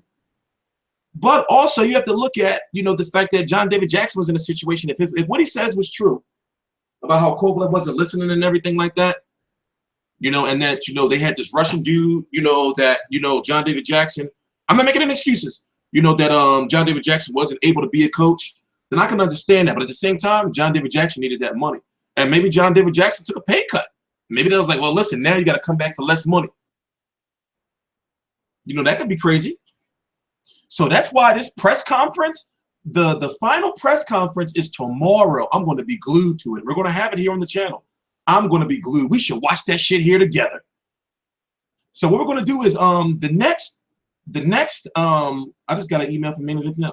The next topic we're going to move on to is the promotion of this fight. Something ain't right about the promotion of this fight, man. It's just, it's missing something. And what I feel is it's missing like a strong social media presence. Not from the fighters, but they need to be spamming the shit out of social media. You know? They need to be spamming the shit. I don't understand why Kovalev is keeping him, maybe the contract or something. Or maybe they didn't want to, you know, maybe they feel that it would have been too much to rock the boat at this time since they felt that they won with John David Jackson. Maybe they feel it's too much to rock the boat. You know, so in my opinion, if I was an advisor of Kovalev, I'd say, okay, well, let's keep him for this fight, but the next fight he's got to go, whether you win or loss. So that's the way I would handle it, you know, if I was Team Kovalev, because already the shit is contaminated, you know, because it's like, well, they probably don't know. They probably don't know what to believe. They probably don't know what to believe. You know, so already it's a little contaminated. They just holding John David Jackson hostage. I mean, you can say that. You can say that. And I expect for whoever wins this fight, I expect, and you should expect, for Adonis Stevenson to go on to social media, most likely Instagram, after the fight is over, to be holding his belt like, see, you know, I'm the real champ. Kovalev, he got the first beat. I'm ready to fight Andre Ward. You know, they come to Showtime. Come on. We already know. He do it all the time. After every Kovalev fight. He said, you know, I'm the real champ. He was like, you know, Kovalev, he got the first beat, that Superman. You know, I already know. You know, so it's like this. I really genuinely feel sometimes that a lot of these promotional companies, they be out of touch with certain shit, man, or more so out of touch with like the generation of fans that are buying the fights. You know, like that, what is it called? I guess that 18 to 35 demographic. You know, and that's what I feel what happened with PBC, where they got in trouble because they was out of touch with, like, you know, like they alienated the hardcore fans for the casuals. But with a fight like this, it's no reason why Ward-Kovalev 1 should have been a failure. Because that's the word on the curb, is that Ward Kovalev 1 was a failure. And that was a big-ass fight. So it's like you would think that the rematch would do better, and they did cut costs in a certain extent. You know, they did cut costs in a certain extent, but it's like still, you know, the way things are tracking is that this fight is not going to do well. There's, you know, there's even speculation that pay-per-view wise, even though this fight means more than the first one, that this fight is going to sell worse than the fucking first one. Every Rock Nation fight has 75 sponsors announced before the fights. Well, Rock Nation is supposed to be, the rumor is they're getting out of boxing. The rumor is, you know, that, did you notice they're not signing any fighters? They're not putting on any events. You know, did you notice that? You know? So it's like, you know, like it's just certain things, you know, just missing from the, and the thing is, this fight has had so much controversy and so much real animosity that this shit should be selling like hotcakes. This is a major ass fucking fight this weekend. And that's why if you're a scumbag and you're not buying the fight, you're a piece of shit. If you call yourself a boxing fan and you're not buying this fight, you are a scumbag. You're a piece of crap. You're a piece of, it's no way that if you call yourself a boxing fan, you're gonna stream this shit. That's fucked up. If you really, really think about it, if you call yourself a hardcore boxing fan and you stream this fight, that is fucked up. Now, I can understand if you broke, right? I can understand that if you dirt ass broke and you know, like, damn, my cable bill, and I know that extra $64.99, you know, but god damn, motherfuckers be having the bread and be on their phones and shit watching. It's like, yo, and then they want to be telling you, man, this motherfucker shouldn't be making that much money. What the fuck? He better take what he can get. That's why they robbing him of his pay. Can you give me money to buy this fight? Fuck them. Can you get? I'm gonna give it the hell no. I can give you no money to buy the fight. However, I do plan on doing a promotion where I don't know how I'm gonna do it, you know, but I do plan on doing a promotion in the future where I'm going to give out Xfinity accounts. You know, so basically with Xfinity or my cable company, you can make other people accounts, you know, and they get to watch all the shit you can watch. And I have every single channel. So you'll have HBO, Showtime, fucking Cinemax for the freaks, the movie channel, all the on-demand shit. The shit is nice. You know, so I am thinking about doing that. What happens if you work on Saturday nights? I can understand. If you work on Saturday nights, put it this way, if you work on Saturday nights, then you catch it the next day. I can understand if you watch it by shady, dodgy means. But I still think you're a little bit of a scumbag, but I can understand. You know, so yeah, I'm thinking about, what I did was, because my cable bill be high as, you don't want to know how much my cable bill is. My cable bill be high as shit, yo. High as fuck. No, even though I do have the money to pay it, still, you'd be mad as shit when you see that shit. I'd be mad as fuck. So what I did do was, to try to like ease it a little bit, I sold off some of my accounts. You know, like I made some people some accounts and sold that shit for like a year. You know, for like a little bit of ass money. They have like HBO, Cinemax, Showtime, ESPN, fucking channel. Let me show you this shit. Let me show you. Just real quick before we move on to the promotion of the fight.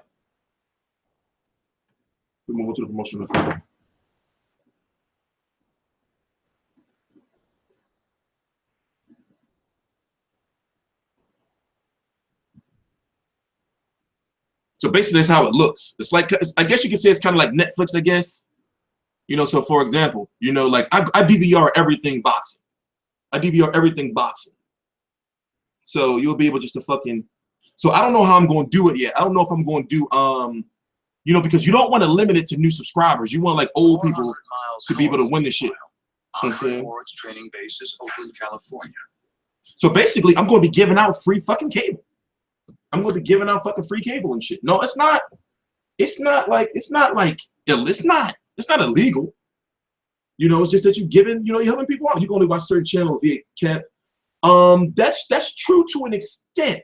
No, you can't, because what it is with the Xfinity login, you can watch Showtime anytime, which is Showtime live streaming.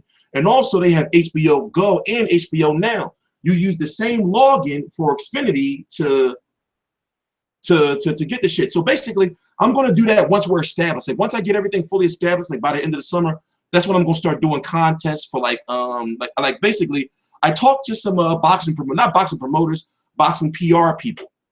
And basically, I can get free tickets to give out. I found out. I didn't know that I can get free tickets. Not a lot. Maybe 5, 10 tickets, maybe 10 tickets most. Even though they may be in the nosebleeds, I can still like give out free tickets and shit. and also like signed boxing gloves. You know, so I've been thinking about doing that for like years, but I can't do it. And I don't want to do it until I have everything organized. You know, so like I said, I feel like thinking, like, if you really think about it, like what could they do? What can they do? You know, or what could they have done to promote this fight better? You know, I'm trying to really think, because the fighters, they really have genuine animosity. The press conferences for these fights. When is the last time that you see in press conferences that was filled with so much like intensity, you know, and animosity from both sides, but yet they're not cursing at each other? They're not saying crazy ass shit. It's not fisticuffs going on. You know, this shit has been crazy. You know, this is like this fight is going to be, you know, for hardcore boxing fans, this shit is going to be lit. I'm hyping shit. You know, so that's why, you know, what I'm going to do is, because I got a lot of shit to do, and I was in the hospital yesterday. You know, I was fucked up. I was sick as shit yesterday. So what I'm going to do after this stream, you know, I'm going to lay around, you know, and then on some 2, 3 o'clock in the morning shit, I got a whole bunch of footage I got to upload. I still didn't upload the Grand Arrival stuff. I still got Hank Lundy talking about the fight. I got shit from Terrence Crawford talking about the fight. You know, so I'm behind in like footage. Advertising during the NBA Finals. Yes, they should have did that. KD is Rock Nation. Jay-Z was at the Golden State game. Is he going to be at the fight? Is he going to be at the fight? What if Jay-Z, right, just said, you know, hold up, you know, before they get in the ring, let me go out there and spit some bars real quick. Oh, this H to the years old, you know? What if he did some shit like that? What if him and Beyonce show up? You know, the Bayhive gonna show up after her. You know, Beyonce, if there was put it this way, what if they said Beyonce is going to be at the Kovalev Ward fight, the Ward-Kovalev fight? You know how many bitches would be there? You know the whole Bayhive is showing up? You know, well, put it this way, KD and Steph kind of have to show up. They kind of have to show up, if you really ask me. They kind of have to show up. But what if they said, you know, Beyonce going to be there and Jay-Z? All they got to do is fucking advertise Beyonce. You know how many hoes is going to be there? Bayhive going to have that shit lit. Bad bitches everywhere. You know what I'm saying? Yeah, they should have had Beyonce promoting this shit. If she would have got up there and start fucking doing her little shit, you know what I'm saying? That shit would have been crazy. All she would have to do was perform one track. Pay-per-view. They should have been Ward-Kovalev 2, the rematch, featuring Beyonce. They should have said featuring Beyonce, performing one of her hit tracks. She can get out there and perform one track. That shit would have been lit. So that's why I was saying, it's like, yo, did somebody make the call? Did somebody like say, yo, what's up with yeah, Beyonce can bring her kids and everything. Paparazzi gonna be all over the place. Andre Ward-Kovalev gonna show up like, what the fuck? The fuck is this shit? You know, yeah, Keisha Cole can show up for her pop. Yeah. They don't care if Beyonce, the Bayhive don't care if Beyonce pregnant. That makes her even bigger. That makes her even bigger. So I'm thinking, like, what other ways, because the fighters are doing their part. This is the most controversy Andre Ward has ever been involved in a fight. The fighters are doing their part to sell their fight. Every Andre Ward interview be that should be real. You know, I'd be looking forward to every Andre Ward interview. And then, you know, Kovalev, he's so pissed off, his English got better. He be talking crazy ass shit now, yo. Everybody's a motherfucker. He be like, you know, he's scared. When I see him, I'm gonna beat him the fuck up. Like, they talking crazy ass shit. It's like, oh shit, this fight is fucking lit. But on the social media end, for example, right, let me tell you what I was doing. Now, normally, I upload a lot of promos to my Instagram, like fight promos and shit. Where are the fight promos at? Where is the fucking, it's 4 days away, some old sick-ass Andre Ward promo. It's 3 days away, some old sick-ass Andre Kovalev promo with some fucking hype-ass fucking music. You know, shit be crazy. Yeah, Kovalev is on some goon shit. Kovalev is saying some crazy-ass shit, yo. Like, he's pissed, but as Andre Ward said, he was like, you know, well, you know, let him get mad. I want him to be as mad as he can be. In fact, I'm going to play a little, I think it's 1 minute. It's a 1 minute interview. I'm going to play from my computer, so I hope you can see it. Click my computer, so I hope you can see it. It's only like 1 minute. I ain't even upload. This is one of the videos I ain't upload, but you've probably seen it before. I'm sure you have.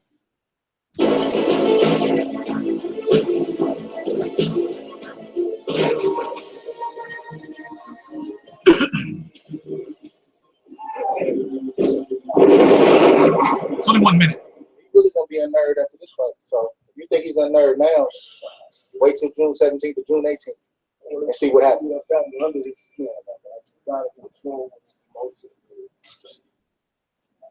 want him to be as mad as he can be. I really do. That, like, I guess to the average person, that looks like something scary to be in the ring with. Get mad. I want you to get as mad as you can get. It's gonna get worse and worse and worse, round by round by round. I don't mind the anger. I don't mind the frustration. I don't mind none of that. I really don't. I welcome it. That you're gonna make mistakes and you're gonna run into something. So you hear what he was saying? He was saying that he understands that Kovalev is mad. And he feels that Kovalev is going to end up running into some shit because he's so angry. But at the same time, that may be true because you don't want to be angry going into the ring. But also, that also means that he's trying to beat the shit out of you. So it's just, it's two ways to look at it. It's like, yeah, he can be mad, but that anger, you shouldn't be angry in boxing because you can run into some shit. But also on the other end, it's like, yo, he want to beat the shit out you, bro. He mad as shit. Yeah, that's what I was saying. That's why I was so upset at Ward for whatever reason that he missed the face-off. For whatever reason. It's like, yo, that would have been some classic ass shit. That could have went down to be the fucking best, face-off of all time with this shit. Because I know Kovalev would have been saying some crazy ass shit. Yeah, Ward didn't show up to the face-off for whatever reason. He said it's because they didn't think that Kovalev was going to show up. Because Kovalev had ducked HBO. What show was that Kovalev? It was a fight that Kovalev was supposed to show up to, and him and Andre Ward was supposed to have like a back and forth, and he didn't show up.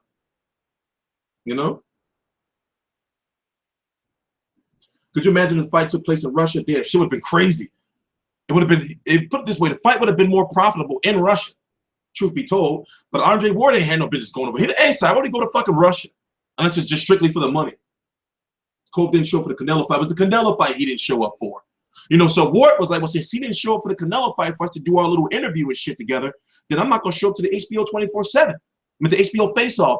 But also, it was also hinted at that Ward didn't show up because of the racist tweet that Kovalev had put out that he got off of Instagram.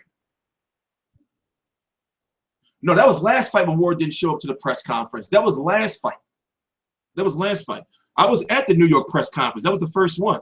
And they did New York, they did Los Angeles, and they did Vegas. No, and then they did Oakland. And those press conferences was lit. Yeah, Ward said he felt disrespected, but at the same time, it's face-off, though. That's footage that's 10, 15 years down the line, gonna be some good-ass fucking footage. You see what I'm saying? So the historical value of it. Think about the historical value. I can understand where you're coming from. It's like, well, Ward felt disrespected. But think of the historical value of that content. You see what I'm saying? And it's crazy because this fight is not doing well in sales, man. A fight of this magnitude is not doing well in sales. Yeah, they hurt themselves. Like in the long run, they hurt themselves. In the long run. Because that HBO 24/7 was good. Ward said he was missing the rest of training. Yeah, I know. But still, of course he's going to say some shit like that.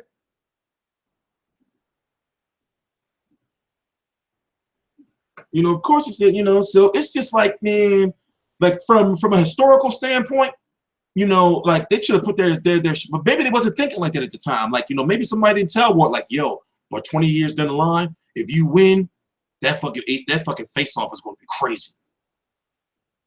That would be some crazy ass shit, So that's the way I look at it. And I'm just trying to figure out like what on both ends, especially since Rock Nation is the A side. So since Rock Nation is the A side of promotion, they have the finances to put the promotion into this fight. And I'm thinking, honestly, like what really could they have done better? I'm just trying to figure out, man. Why is there only one HBO 24/7? Yeah, well they stopped that. Those days are over. HBO is not doing you know, the multiple 24/7s like that. What was the last one that had 2 HBO 24/7s? Was it Canelo Khan that had 2 HBO 24/7s?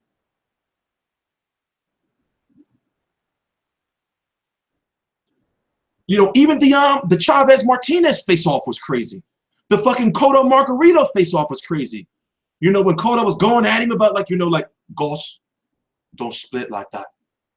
Like, he was on some calm shit, and Margarito with sunglasses on with his dead-ass eye was just talking like, you know, you calling me a cheater. Like, that shit, yo, them shits be good. Them shits be good. You know? But, you know, it's in the past now. That shit is over. But today, let me go look at the schedule real quick. Today, usually Wednesdays are the media workout. I believe usually Wednesdays are the media workout. Let me go check real quick. Give me 1 minute. Let me check and see what time this media workout is. Hold on. Give me 1 minute. Give me 1 minute. Conference call. What is that? I'm looking for the fight week schedule. Give me 1 minute. Get the fight week schedule.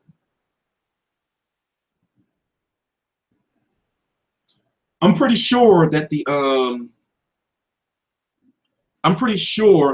today is the media workout, but I want to give you the details. Fight week schedule. Okay. It might be on YouTube. Let me check. So Tuesday was the grand arrivals. Wednesday. Today is Wednesday? Today is, there is no media workout. Today is the undercard roundtables. So basically there's media interviews with Guillermo Rigondeaux, and starting at 2 p.m. on the West Coast. So basically today is a big day. So guess what's going to come out today? Today is when it's the media interviews with John David Jackson and Virgil Hunter. So expect shit's going to be lit. And then tomorrow is the press conference. I will be showing the press conference on the website, and I will be sharing it around on social media. It's going to be the live stream. Yeah, yo, today's going to be lit. So today is when the media gets to grill John David Jackson and Virgil Hunter. You know, so today's going to be great. Why didn't they have the face-off for the first fight? True. They didn't have a face-off for the first fight. That's a good question. That's a good fucking question. I don't know. I don't know, but either way, it's wrong. Either way, it's wrong. You know? So, yeah, we're on it. So, what's the next side? Damn, this video is going to run late. This video is going to run late. It's going to be a 2.5-hour video. Because we still haven't talked about Broner, Garcia, or MAYWEATHER McGREGOR yet. So, what do we have to wrap up with this? So I tell you what, let's play this one more time. It's only 5 minutes. Well, take out the intro, exactly 5 minutes, and then we're gonna wrap up Ward-Kovalev. I'm going to order some Papa John's, and then we're going to go on to the next subject, which is Broner versus Garcia, which has been confirmed for the Barclays Center. And yes, I am going. You know, so there's likely going to be a press conference for Broner versus Garcia next week in New York. I'm going to be there, and then the following week after that, there's likely going to be the press tour for Canelo versus Golovkin is going to start. I'm going to be there. You know, so we got some busy shit coming up right now. We got a lot of shit going on right now. A lot of shit going on. You know, so we have to get back to boxing. But like I said, if you don't buy Kovalev versus Ward, you know, Ward versus Kovalev, and you got the money, that's kind of fucked up. It's not kind of fucked up. It is fucked up. It is fucked up. Don't hate on Papa John's.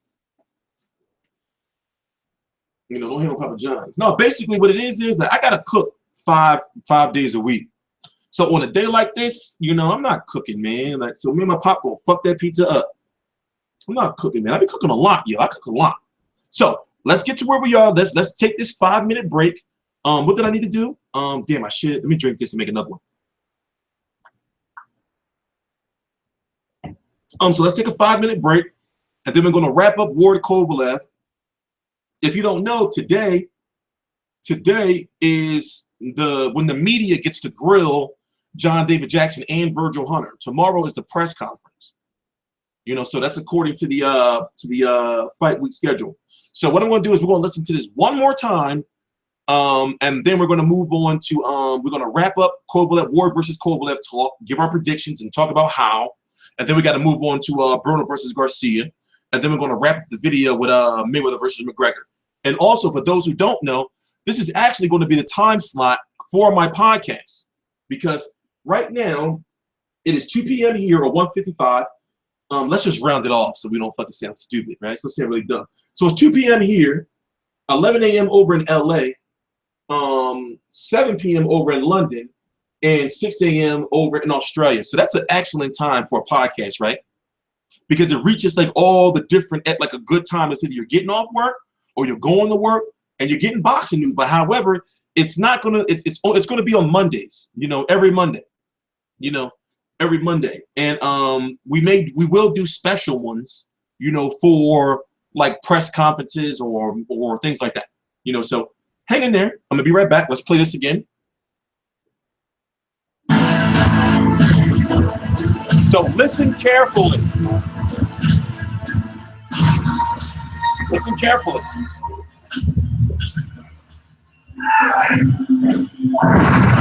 Order some pizza. First and foremost, I didn't read. I mean, my team kind of gave me just what was put out. But it 100%, it's a fact. Like, just think of the logic, okay? Just real quick, just think of the logic of us coming up with the right idea to call him out of the blue and try to pluck his head trainer. Damn, why keep doing that? Knowing that it's going to be a rematch. But just pause on that topic for 1 second. He incriminated himself by saying if they would have took my offer, I might be over here. What does that say about him or his team and what's going on? So I think that says it all, but without, you know, getting too deep into it, because the truth's gonna come out, and I'm gonna let my team put it out however they want to put it out. It's too much, too many. It's too much of a trail. It's called damage control. Well, first, let me just give you the real gist of how, you know, my attorney has a relationship with John David. They got some fighters that they work with together, et cetera, et cetera. And before the fight, they didn't do much talking. Obviously, it was what it was. And then after the fight, you know, he reached out and just started complaining about the way he was being treated. You know, he was complaining about the fact that whoever the Russian coach was, I don't know, that he wasn't able to talk in the corner, that right before he walked out to the ring, he was told he can't talk after a certain point in the fight, which I think everybody saw, and that he couldn't even understand the guy that was talking. He didn't know the instructions that were being given to Kovalev. He was talking about how just Kovalev is just nasty. And I mean, how would I know that? He talked about how he would love to join our team because he seemed like good people, and Andre seemed like a good person to work with, and I think I would get along with Virgil. So when he brought that up, my team did what they were supposed to. They vetted the situation. You know, they told me about it. Virgil's moving around training fighters, and he and I hadn't had a chance to talk. And as we deliberated about it, you know, they went back and forth and talked to whatever. And I think he came with some outrageous demand, money-wise, and my team was like, listen, like, it's not going to happen. Like, in other words, we're doing you a favor, like, bringing you in. You know, I respect John Davis, he's a former fighter, former champion, and, you know, with him saying the way he was being treated, I'm looking at it like, look, man, like, you obviously were on the other side, and I didn't take it personal with the stuff you were saying before the fight, but let's see if it makes sense. Now, only problem with that is once I digest it, it don't take a rocket scientist to figure out if you're going to see a top man, I can't trust you in the gym. And that's basically the conclusion me and Burge came to in about 2 minutes once we finally did get a chance to talk. We both agreed. A, I didn't want anybody taking anything away from Burge in the sake of like, oh, you guys need John Davis Jackson. And B, I like peace in the gym. You know, and I only want people in here that are with the team, for the team, and people that can be trusted. And that's the individual that even if you have him sign paperwork, you don't know what he's doing at night in his hotel room with the other side. So if he's doing that to his guy, What would he do to this side? So we killed the situation, and then it came out when it came out. But I have one of the best trainers in the world. And no disrespect to John Davis, but that's not the first time we fought John Davis. That was the second time we fought John Davis. And John Davis hasn't done anything, in my perspective, as a trainer, to make me want to ditch my trainer, add to my trainer. My trainers are not. Even early in my career, when I got knocked down, and people were, oh, you pro trainer. I stuck with my godfather because I know he's the guy. And he showed that in the last fight he's the guy. There's absolutely no reason for us to want to reach to the other side. Like, that's not even part of my character. I wouldn't even think about doing something like that. But what happened is he got in too far. Jay Prince would. He got in too deep. And even during the deliberating process, he gave up way too much information about what had been going on, what was going on in their camp, why he was unhappy, disgruntled, et cetera, et cetera. That's why you didn't see him at any of the press conferences. They were negotiating to see if he was going to come back. That was the whole thing. So if you look at my career, every interview I've done, I don't make stuff up, man. I don't play games. I'm a straight shooter. Like, that's a fact. That happened. Now, how they handle and deal with it on that side, that has nothing to do with me. But the reality is him being a former fighter, he broke a cardinal rule. We don't do that. This is a very sacred place, the gym. What's happens in the gym stays in the gym. And I feel like even if you had a situation, that's one thing if he broke ties and said, I'm done, you know, I would love to come over here. These are the reasons why. And he never went back. You can kind of respect that more, but playing both sides, we're not going to fall for that. And that's why we didn't accept him on the team. So, as I said, I feel that Andre Ward is very, very credible. You know, with why you drinking tea all the time? No, I drink tea because what it does is it helps my asthma. You know, so I put honey in my tea. I don't have any lemons. Usually, I squeeze like 2 lemons in there. I put some honey. You know, and sometimes I may put like some halls, some cough drops in there. So it's kind of like an elixir. You know, it helps with my you know, my breathing and shit. You know, but yeah, man, Andre Ward seems real credible. But now let's talk about the fight. This is the reason why I feel Andre Ward's going to win. Because if he don't get knocked the fuck out, right now, listen to me. If he don't get knocked the fuck out, then he can use Kovalev's anger against him. Also, what if Andre Ward didn't get knocked down by Kovalev? How would your cards have looked then? What if that knockdown didn't happen? Do you think we'll be able to get around a jab within the first 3 rounds? See, now here's the thing. This is what I noticed about people who don't like Andre Ward. I mean, who don't like Kovalev. They don't give him the respect that he deserves as being a boxer and an overall good fighter. Kovalev is a good fucking boxer. Like the jab, the body work, his fucking you know, like punch accuracy. He's a very good boxer. Remember how people were talking about how Ward, you know, is going to, you know, just outbox circles around Kovalev and all that. You know, Kovalev was going in the underdog, or at least to a lot of people. You know, so that's the thing, because Ward, you would think that Kovalev would have to get past Ward's jab, but Ward's going to have to get past Kovalev. And Kovalev was jabbing the shit out of him. Remember when he tried to do the little Kovalev punched him right in his fucking face? You know, so Ward is going to have to do a lot of circling, because I see Kovalev playing the pressure fighter this time around, because Kovalev does not fear Andre Ward's power. Andre Ward has to be concerned about Kovalev's power. You know?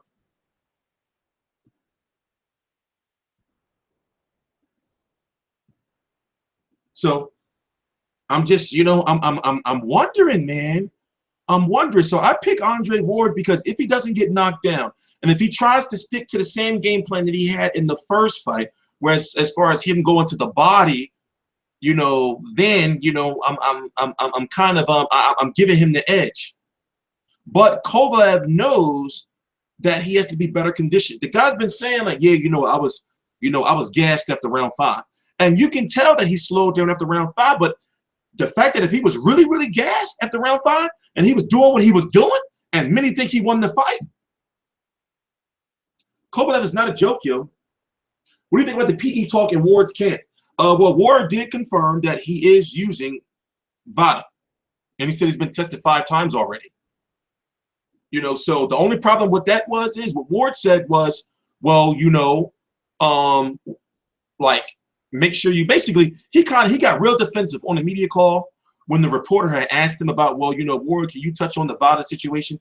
He did get real defensive. But however, just like the reporter who asked him about it, they didn't know, like, they was like, yo, like, it's not written nowhere that you on VADA. You see what I'm saying? It's not written nowhere, you know, that you on VADA. So Ward got defensive when dude was asking, because I guess Ward was oblivious to the fact that people wondering if you taking drug testing, bro. So he got mad at the reporter, and it's like, yo, that's a question that I want to ask, because people want to know if you're taking drug testing. So Ward has said he's been tested 5 times. You know, so you have to look at that. You have to think. In fact, we might as well listen to it, right? It's only like, he only talking about it for like, y'all didn't hear it? Y'all didn't hear what he said? I thought you might have heard it already. I'm surprised y'all didn't hear it. And then this is going to be the last thing we talk about before we move on to Broner Garcia. Because I was supposed to end this video in 10 minutes, but now I have to make sure that it's no more than 3 hours long.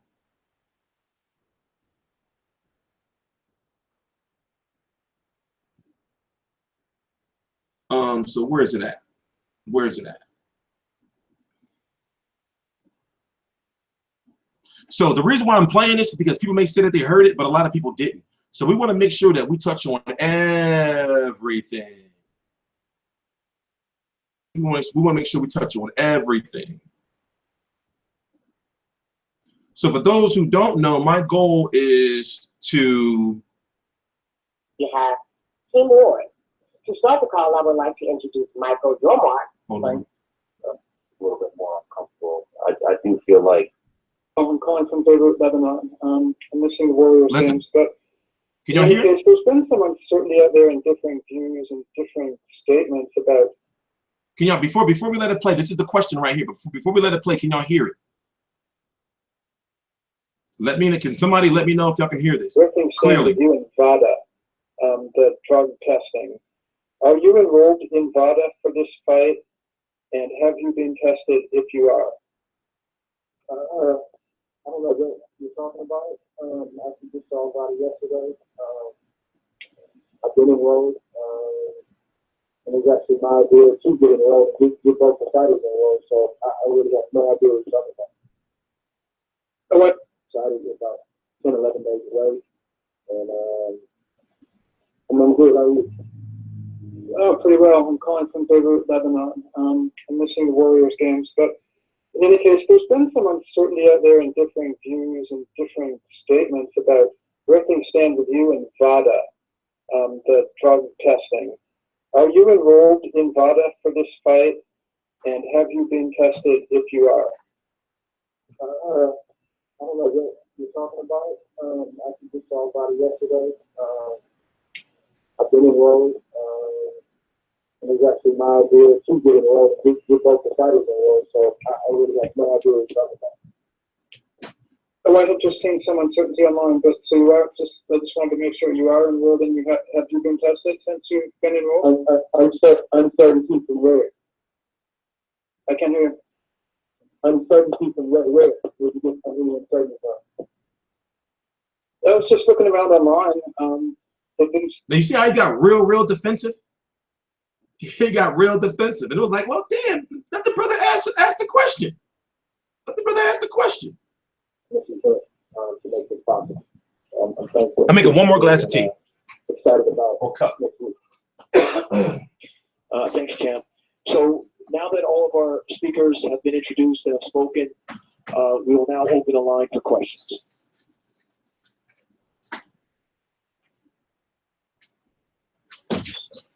Ladies and gentlemen, if you have any questions at this time, please press *1 on your telephone keypad. Again, if you have any questions at this time, please press *1 on your telephone keypad. And I'm waiting for callers to join the queue at this present time. Our first question is going to come from Robert Holmes from the FightNews.com. Please go ahead. Mr. Ward, hello, how have you been? I'm good, how are you? Oh, pretty well. I'm calling from Beirut, Lebanon. I'm missing the Warriors games, but in any case, there's been some uncertainty out there and differing views and different statements about where things stand with you in VADA, the drug testing. Are you enrolled in VADA for this fight, And have you been tested if you are? I don't know what you're talking about. I actually just saw about it yesterday. I've been enrolled, and it's actually my idea to get enrolled and get both the parties enrolled, so I really have no idea what you're talking about. Oh, I had just seen some uncertainty online, but so you are, I just wanted to make sure you are enrolled and have you been tested since you've been enrolled? Uncertainty from where? I can't hear. Uncertainty from where? Where did you get any uncertainty from? I was just looking around online. There didn't seem to be anything specifically and unequivocally stating that you were enrolled. No disrespect, but you gotta kind of get the facts before you ask a question like that. I think I've been tested maybe 5 times this camp, and as far as I know, there's no issues about it at all. So sometimes the internet can lie, Oh, which is exactly why I'm asking. All right, and a quick question for Mr. Hunter, if I may, and for Mr. Ward. Is there any concerns with the travel? I mean, I know you were in Montreal, then there was a trip to London. And how does that affect training board for this fight? Doesn't affect training at all. He's a professional. He's been through this for 24 years of his life. So you have to understand when he went to. So yeah, he got real defensive with that question, right? But at the same time, he said he'd been tested, so he ain't lying. But it's like, yo, it's like he didn't understand that it was going around on social media that he didn't get tested, and it wasn't written nowhere that he was getting tested because he never talked about it. You know what I'm saying? So he's like he getting off the fence with the reporter, and it's like, yo, bro, did you realize that people like, yo, we wonder if he tested or not? So it's like, well, damn. But I can understand where he's coming from because he probably like, I'm Andre Ward, of course I'm clean. I'm the son of God. T-Street, if Ward didn't get road work, that's true. Did y'all know that Ward did that they wasn't able to do no road work? As far as like stamina and conditioning and shit? So like I said, like looking at this fight this time around, like I am going with Ward, but at the same time, I'm concerned about Kovalev's power and also how Kovalev's anger is going to factor in whether it's going to be a good factor or is it going to work against him. Because Andre Ward is saying, I want you to be mad. I want you to be as mad as you can get because you're going to run into something. And that's a quote. He said, you're going to make mistakes and you're going to run into something. So I'm just wondering, like, how is the anger going to factor in? So once again, you are a goddamn piece of shit scumbag if you don't buy this fight. There's a special place. If you call yourself a boxing fan, and if you in all the boxing groups and the boxing forums, and you buy all the all the fuck, and you're on all the you follow all the Instagram people, and if you're talking about what fighters make and everything, unless you like broke and you want some poverty type shit, even when I was broke, I still bought every pay-per-view. So it's like, unless you want some impoverished type shit, I don't give a fuck if you gotta miss, if you gotta eat fucking oodles and noodles, a cup of fucking ramen noodles and shit, for like a week for that $64.99 on pay-per-view, June the 17th, 2017, you're a piece of crap. You are a piece of crap. There's no better way I can put it if you don't buy this pay-per-view. But we have to move on to the next subject in 2 minutes. So we have to spend a half an hour on Broner versus Garcia and a half an hour on Mayweather versus McGregor. And then we have to go. And I'm going to kick back, watch Gotti, the old movie from HBO. Fall back. I was in the hospital yesterday, so I'm not supposed to be doing no videos and nothing. I'm not supposed to be doing nothing. So I'm going to kick back, watch some Gotti, wait for my Papa John's to get here, and we're going to have a good day. I didn't order Papa John's yet, by the way. I was looking to see if I had any coupons. Yeah, you're a piece of crap, Michael S. You're a piece of crap. That's fucked up. You're a piece of crap. Y'all, that's fucked up. Because it's like, I can understand, like, if you don't have the money, but it's like, come on, man. Or if you got to work. But it's like, come on, man. If you home on like a Friday, on a Saturday night, and you fucking trying to watch from your phone and shit, you ain't shit.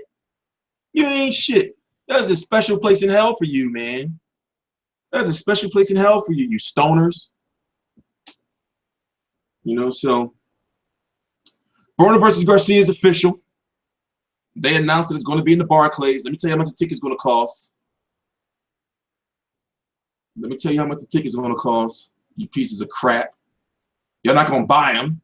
You're not going to buy them anyway. You trash. Y'all got some scum, yo. Y'all some real scum, man. Y'all some real scum. Catch Sergey Kovalev on the fight. New email just came in. Catch Sergey Kovalev on, what does this say? Hold on. We just got some new news.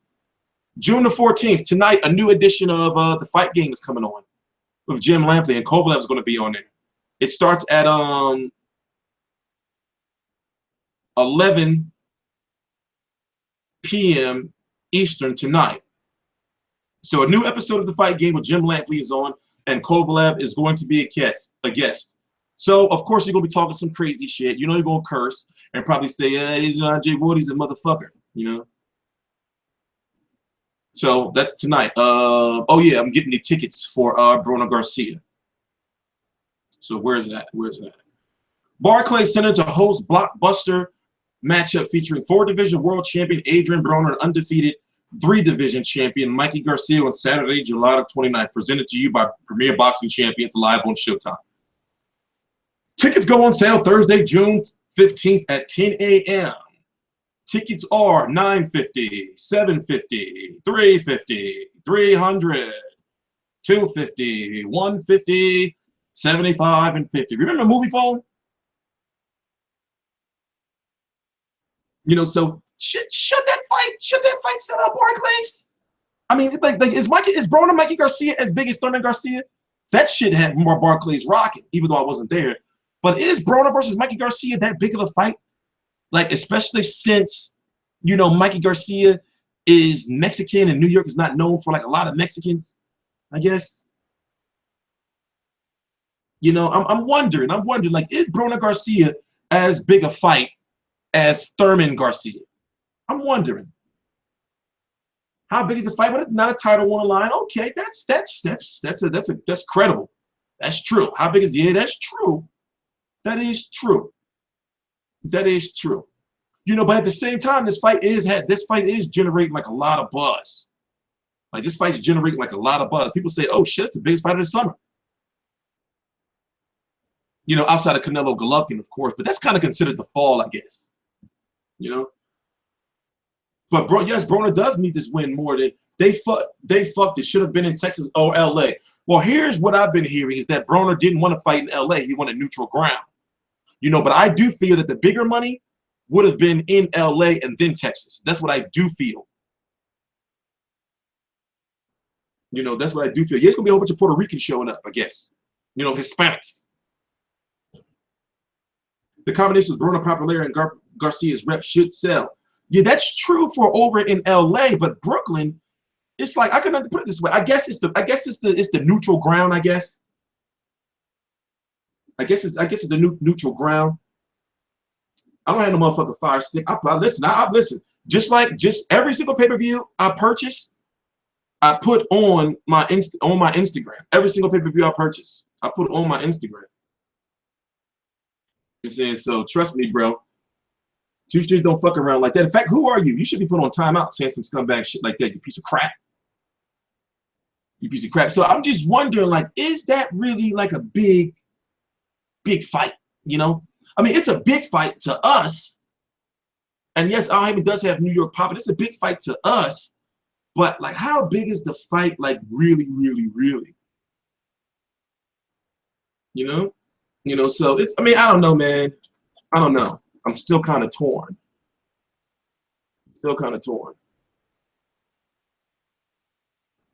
Yeah, I mean, I should. You know, I should. Let me show you something. Let me show you some real shit. Let me show you some real shit.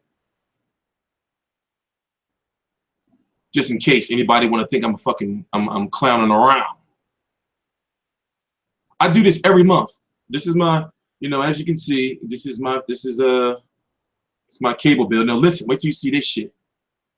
Now the reason why it was this expensive because I had some security shit involved. But as you can see, that's the last pay-per-view I purchased. And where is it at? this was how much my bill was overall. You can't fuck with me, man. I put a lot of motherfucking money into this sport. I be spending a lot of motherfucking money. You know, so that's why I be looking at y'all motherfuckers. It's like, yo, buy the motherfucking fights. You feel me?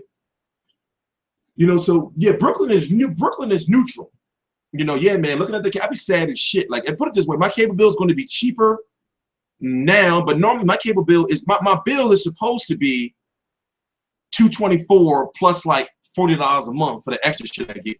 My cable bill is like fucking $400 a month, man. For real, that shit be whack. Yeah, my cable. No, it was only that expensive because, put it this way, it's normally about $400 a month. Because if you add in a pay-per-view, a boxing pay-per-view, then if I buy UFC, you know, then that's how it jumps up. But I had some shit installed, you know, so that's why that shit's like that. You know, but yeah, man, motherfuckers can't tell me shit. Like, you know, just like after this stream, I'm gonna go ahead and purchase Ward-Kovalev, and I'm gonna post it on Instagram. I do it all the time.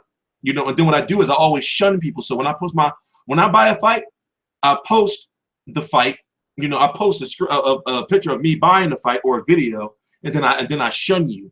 You know, then I start saying you son of a bitches need to buy the fight. You know, I try to make people feel bad. You see what I'm saying? So how you watch UK fights? I understand. But duh! Yo, block him. That's it. Ban him. He's asking dumbass shit. Obviously, I gotta stream Sky Sports fights, right? And Box Nation, right? Put him on timeout. He's being a dick. Put him on timeout now. Put him on timeout. Asking dickhead shit. That's why I'm really interested in what Top Rank is going to do with their platform, because I understand. Yeah, we're going to move on to MAYWEATHER McGREGOR. The next, we're going to talk. We're talking about Broner versus Garcia, and then the last topic, the next topic is going to be MAYWEATHER McGREGOR. So what was I saying? Like I'm really just to get off topic a little bit. I'm really interested to see what Top Rank is going to do with their platform, because they have about $600 million that they have invested in the boxing, and they have some type of, it's sad to be WWE-ish type platform coming out. But if it's only top ranked fighters, even though I'm going to pay for it, I don't want it. I want them to do like Box Nation does, that whereas in us American boxing fans, we have a network where we can watch like the fucking 108-pound, you know, unification, you know, fights, you know, or if we get to watch like Australian fights, not Pacquiao versus Horn, or if we get to watch like those lower level Japanese and Thailand fights, you know, or if they don't, you know, if I want to watch like the whole card of like Sky Sports, not the shit that just Showtime pick up, you know, now that'd be lit if they do that. Like if they allow us to get all those, like they buy rights to those Box Nation fights, to those Sky Sports fights, the ones that we don't get televised here in the States, then it'd be worth it. That shit would be worth it. I'd be down. I would buy that shit out. I would promote the shit out of that, because a lot of the UK people, they don't understand how big Box Nation is or how good it is. Like I would love to have something like Box Nation over here. Like when we had a network that shows like all these different fights, but however, we can never get Box Nation in the States because of HBO and Showtime. And what Box Nation does is they buy the rights to HBO and Showtime fights, to whereas in Box Nation can't come over here because of that. You know, so I would love to have a network where we can buy, like over here in the States. Like if I'm paying a certain amount a month, I know that if it's a Saturday, because believe it or not, they be boxing everywhere. In fucking France, in fucking Japan, in New Zealand, in the Congo. You know, I want to just be like, oh shit, this fucking WBA 115-pound title fight is on this weekend. Or if you look at the fucking, what is it? The fucking strawweight unification mega clash that's going on over in Japan, where they be quiet as shit in the audience. I want to watch all that shit. And then you know Top Rank has a large library of old stuff, like all that Muhammad Ali and all that shit. That's all Top Rank. They have a large library of all that old stuff. You know, so if it's like that, then it's worth the money. But if it's just going to be Top Rank fighters, it seems like, I don't know, man. That's a hard sell. You know, they got to throw in, you know, they got to throw in other shit. They got to throw in some other fights. That's a hard ass sell. You know, so back to yeah, if we can get those strawweight fights, because remember over here in the States, unless we wait for them to be uploaded to YouTube, and you've been going through hell and high water to be watching some of them lower level fights, them lower weight division fights, and then they don't be in English. You know, yes, a lot of old stuff out there for free, but you kind of missing what I'm saying. You kind of missing what I'm saying. Top Rank doesn't upload enough to their app. But at the same time, Top Rank TV is pretty good. Top Rank TV is pretty good. You know, especially what they do with the undercards, you know, and the weigh-ins and the press conference. So they have the platform. They have the platform. So back to Broner Garcia. I look at it like this. Broner has issues, known issues with pressure fighting power punchers. Are we correct? Broner's Achilles heel is pressure fighting power punchers. Are we correct? Mikey Garcia is not a pressure fighting power puncher. Mikey Garcia is also moving up in weight. Mikey Garcia's first fight back after that 2.5-year layoff was at 140 pounds. Then he went to 135 and won the title from Jan Zavek. Not Jan Zavek, the Jan Zakatakana. So in this case, since Broner is not dealing with a pressure fighter who's going to swarm him, because you know, when Broner gets swarmed, you know, he goes into a defensive shell and his punch output drops. Mikey Garcia is not a swarming pressure fighter. Mikey Garcia is more of a pure boxer. But however, Adrian Broner is suited better against pure boxer. Adrian Broner has sharp hands. Adrian Broner has very sharp hands. I wouldn't say Amanda Chilla gave Broner major problems. He did give him some problems, not major. Can Broner KO Mikey? That's the thing, because Broner does have power at 140. It's just that at 147, his power doesn't carry up, which is the reason why they want him at 140 pounds. He puts on smart pressure, but what fights are you talking about where you see Mikey Garcia putting on? I mean, we don't know. We're going to have to see. You know, but Adrian Broner, you know, does well against like boxers to an extent. So this fight is really it has a lot of good shit with it. You know, like this is one of those fights where I want to really sit down and analyze, because what I've noticed is I'm not the only one saying this. A lot of people are rooting for Broner for that fact. They're like, well, you know, Mikey Garcia, you know, is not a pressure fighter. Broner seems to be having a fat camp. No, he's doing yoga and shit. Last photo I seen, Broner was looking good.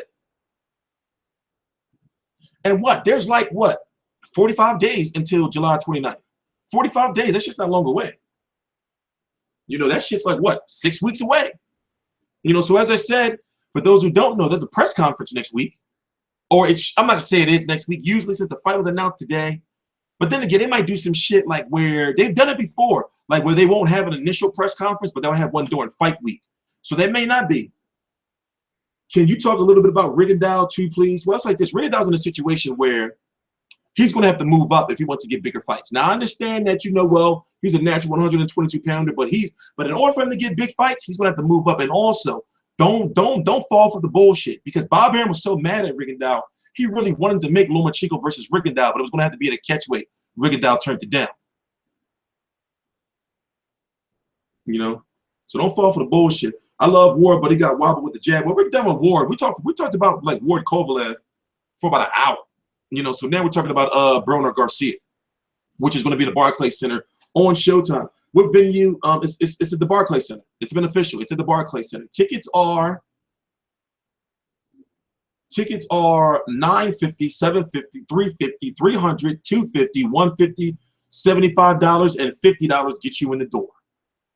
And I'm wondering, like, is that okay? New York, from what I've learned, doesn't have a strong Mexican fan base. Has a strong Mexican fan base. No, New York doesn't have a strong Mexican fan base from what I've seen. So the word is they was trying to put the fight in LA, but Broner wanted an even venue, you know, or a neutral venue. Because you know that if it was on LA, that place would have been packed with what Mexicanos and Hispanics. You know, which you have to say that's where the money's at. You see what I'm saying? But I guess he was worried about the crowd and the judging or whatever the case may be. So they said, okay, well, fuck it, Barclays Center. You know? Loma is nowhere near ready for 140 or 147 yet. Nowhere near.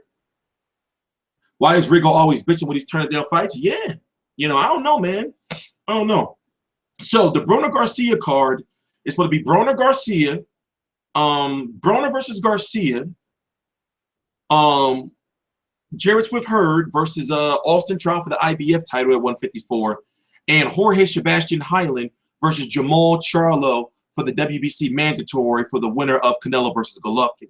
However, the next mandatory for the winner versus Canelo Golovkin is the IBF first, then the WBC, then the WBA. When's the press conference for Garcia Broner? If it's not next week, then there's not going to be one till fight week. If it's not next week. So if it's next week, I'm going to be there. But they have done it before where they'll have a big fight like this, but they won't have a press conference until the week of the fight because maybe they don't want to take Broner out of camp. You know, so he can go to New York or party or some shit. You see what I'm saying? So they may not have, you know, if it's not next week, you know, because normally when they announce a fight, they'll tell you that the press conference is like the week later. So we won't know. We won't know until next week. Any news on the Broner Garcia undercard? Yeah, I just talked about it. It's going to be it's supposed to be Broner Garcia, Hurd versus Trout, and Jamal Charlo versus Jorge Sebastian Hyland for the WBC #1 contender for Golovkin, or Golovkin Canelo, whoever wins that fight. Remember, Jamal is the one that vacated the IBF title and moved to 160. Jamal is the WBC one who beat Charles Hadley on the card of Berto Porter. Remember, Jamal was looked at as being the better fighter between the two because he is the power puncher and he's the bigger one. But Jamal was now, they're like, yo, Jamal can really, you know, get down. So Jamal is the one that's always, as his brother said, on go. You know, he a goon when it comes to the media. Like, he be on some shit. Like, I remember I went to go interview him, and as I'm walking up, I'm getting my camera ready, and he like, no more interviews. And I'm thinking, like, what the fuck, man? So Friend to get his own card the same day. But yeah, remember, Friend is getting his own card the same day, but it's going to be earlier in the day because it's over in Ireland. So what it's going to do is it's going to be like one of those Russell cards just a few weeks ago.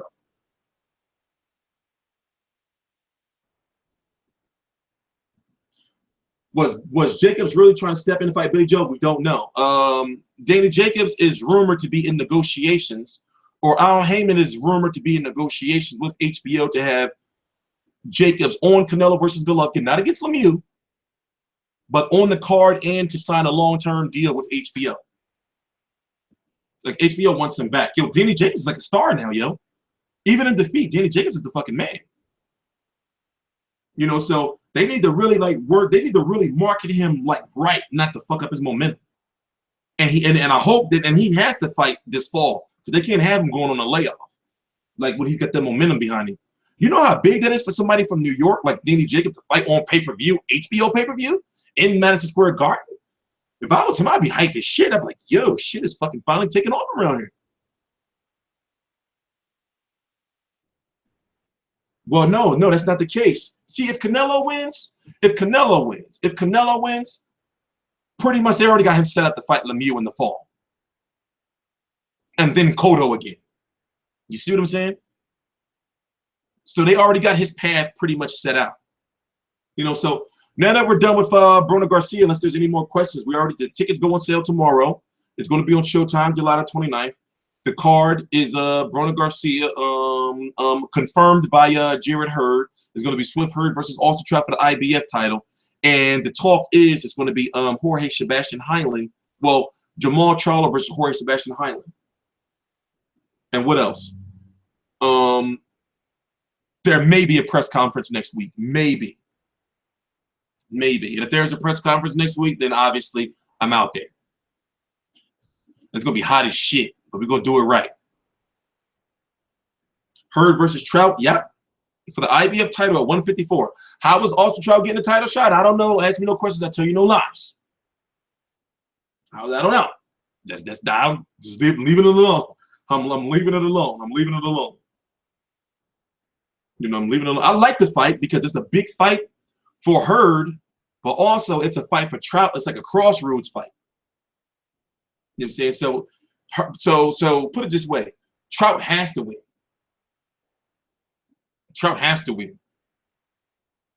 But Trout a cool dude. The truth be told, I don't really know. Like, I'm still torn on Jarrett Swift hurt.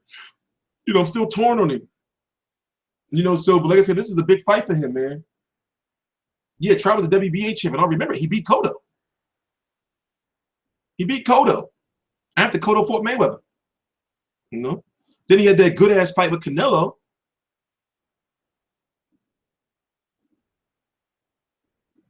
You know, so one thing about Trout is Trout can box, but the thing is Trout power is questionable. Even though he's been getting knockouts as of late in recent fights, they've been against like low-level fighters. You know, but this might be Austin Trout's last chance. And also, Austin Trout was supposed to be fighting Liam Smith for the WBO title, and they gypped him. This was a couple of years ago. They gypped him. They gypped the shit out of him. Shady ass WBO. So now that we're done with Broner Garcia, as I said, I'm going with Broner. I feel that Broner's the bigger fighter, more powerful. And the fact that Mikey Garcia is not a pressure fighter, even though Mikey Garcia is trained by Robert Garcia, and Robert Garcia has a win over Adrian Broner with Marcos McDonough, still, you know, still.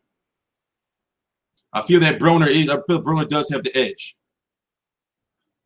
Let's see. What else? Mayweather versus McGregor. So the news is that the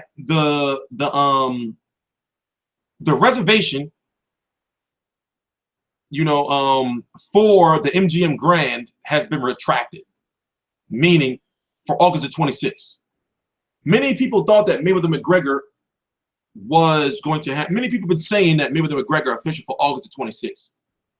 I've been hearing some stupid ass logic, right? Some stupid ass logic that only the people who really not thinking about like the business part of it, when they say, well, you know, Mayweather can fight in the MGM Grand and not T-Mobile because he knows the ins and out of that arena, and that's his arena. But it's like, yo, it's not just him. What kind of business sense does it make for them to fight, especially when it comes to Dana White and the UFC, for them to fight in an old arena for a big fight like this? What logic is that? What logic? What logic is for you to fight in an old arena? And remember, you know how Mayweather is. So even though MGM is his home, even though MGM is his home, the date hasn't been approved. Where's the date been approved? Where? Where y'all getting this stuff? Where y'all getting this stuff? Where? Where has the date been approved? By who? By whom?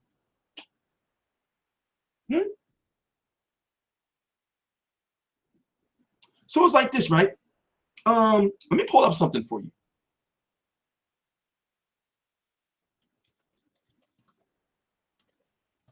Let me pull up something for you. White, AEG Arena. Let me pull up something for you guys. Let me pull up something for you guys. Look it up, LOL. Get out of here. Listen. I've been doing this way too fucking long. I've been doing this way too fucking long. Way too fucking long. However, the fight is happening. But let me show y'all this. Let me do it this way, right? Let me show y'all this. Let me show y'all this.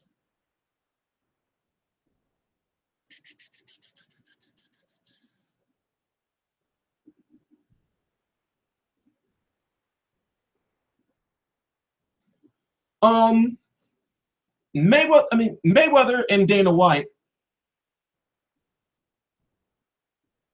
broke ground along with for example, read this. Richard Schaefer, Clark County Commissioner Steve Susselick, MGM Resorts International Chairman and CEO Jim Merman, WBC welterweight champion Floyd Mayweather Jr., President and CEO of AEG Dan Beckerman, sportscaster Bill Walton, President of Business Operations for Los Angeles Kings, Luke Rubitapatata, UFC President Dana White shoveled dirt during a groundbreaking $375 million 20-seat sports and entertainment arena built by MGM Resorts International AIG on May 1st, 2014. The arena is scheduled to open in early 2016. Now, why do you think I'm showing you this? Why do you think I'm showing you this? Be honest. Why do you think I'm showing you that? They broke ground on what was the T-Mobile Arena when it was just dirt. There was no fountain, it was just dirt.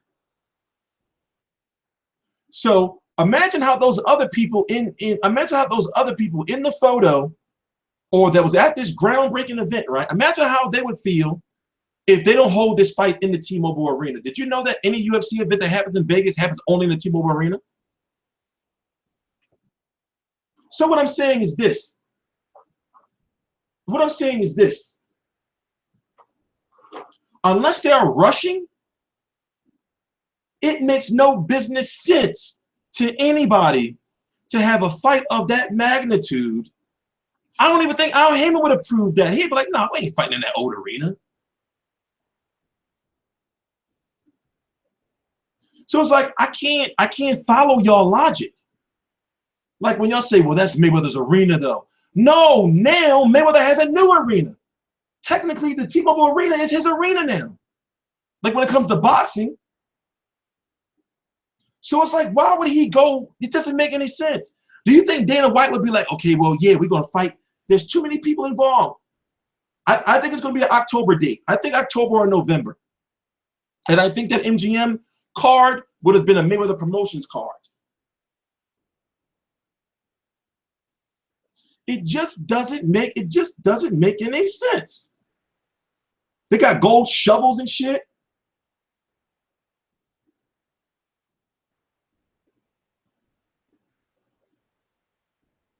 It just doesn't make any sense. Like business-wise, why would they go back to an old-ass arena? It doesn't make any sense. It doesn't make any sense. And when it comes to it, it's not really Mayweather's say. It's Al Heyman and the people that he were on the phone with.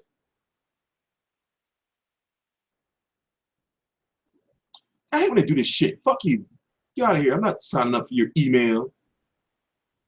It doesn't make any sense. UFC President Dana White said he could be doing more shows in Las Vegas. It's a game changer. This was years ago.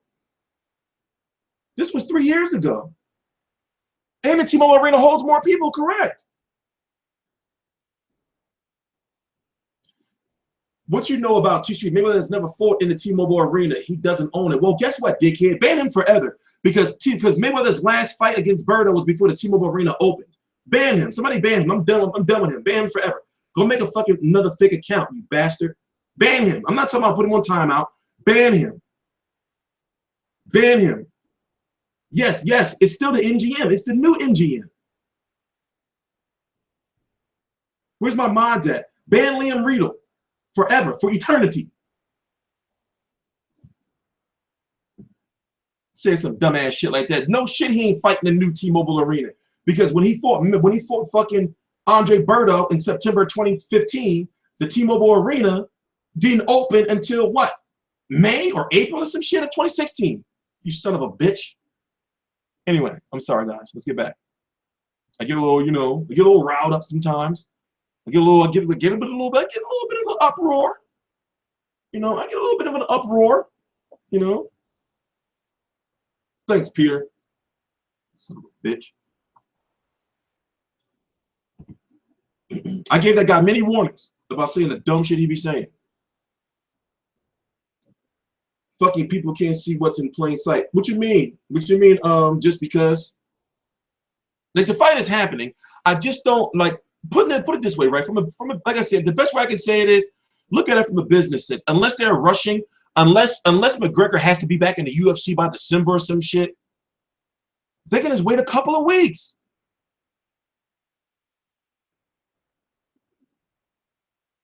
Like they already going to be competing with people's pockets, for people's pockets when it comes to, if the fight was on August the 26th, Canelo versus Golovkin will be exactly 3 Saturdays later, or 2 more Saturdays after that Saturday later. So they already compete with people's pockets. So it's like, why not wait another month? Why not just have it in October?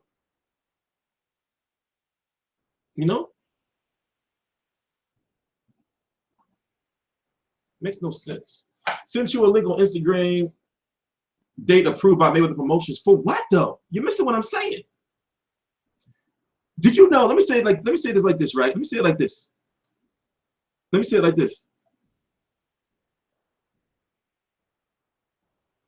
Let me say it like this, right? Did you know that Broner versus Porter was a Mayweather Promotions event? Did you know that? Did you know that Al Heyman is Mayweather Promotions? Did you know that Al Heyman uses Mayweather Promotions as well as, you know, Lou DiBella, Warriors Boxing, TGB, and other promotional companies to promote his fights, even though those promotional companies have no rights to his fighters? Anybody can be on a Mayweather Promotions card if they're Al Heyman fighter. MGM will always house Mayweather. But guess what? The T-Mobile Arena is MGM. It's the upgrade of MGM. You see what I'm saying? T-Mobile Arena is the new MGM. It's just under T-Mobile Arena. What are y'all missing? So if Mayweather fights in MGM, he's fighting in the smaller, lower level version of the T-Mobile Arena. The T-Mobile Arena, just because it's T-Mobile, it's owned by MGM. It's owned by MGM. You buy tickets for T-Mobile Arena fights, they try to hook you up with rooms at MGM Resorts, support of MGM Resorts.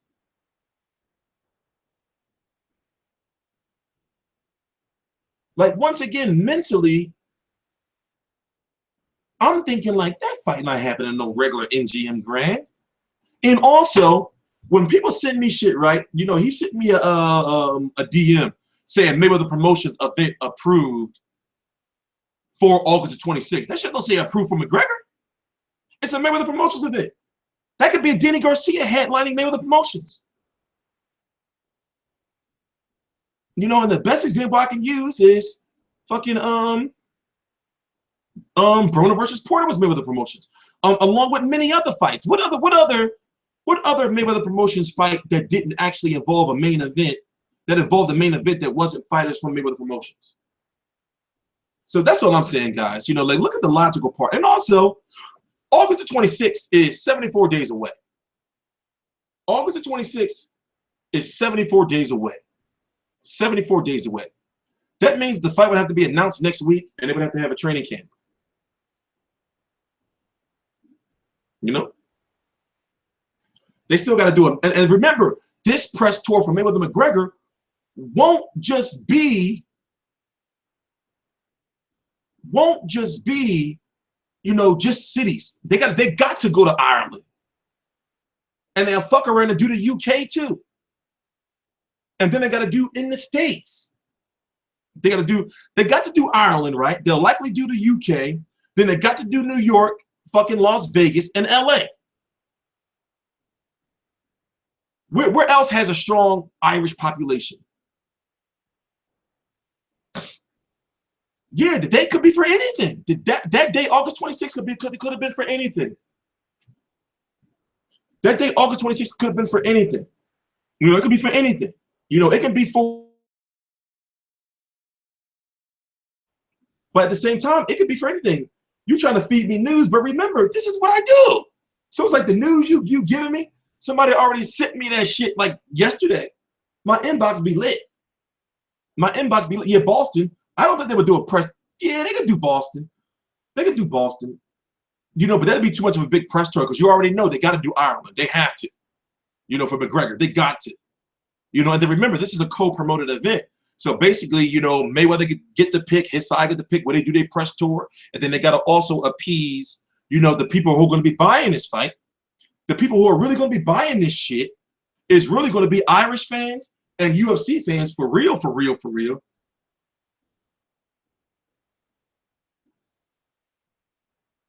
If it happens in August, when will it be announced? Well, if it happens in August, remember, we're going into July in 2 weeks. So if it's happening in August, then they got to announce it either next week, no later than the week after. No later than the week after.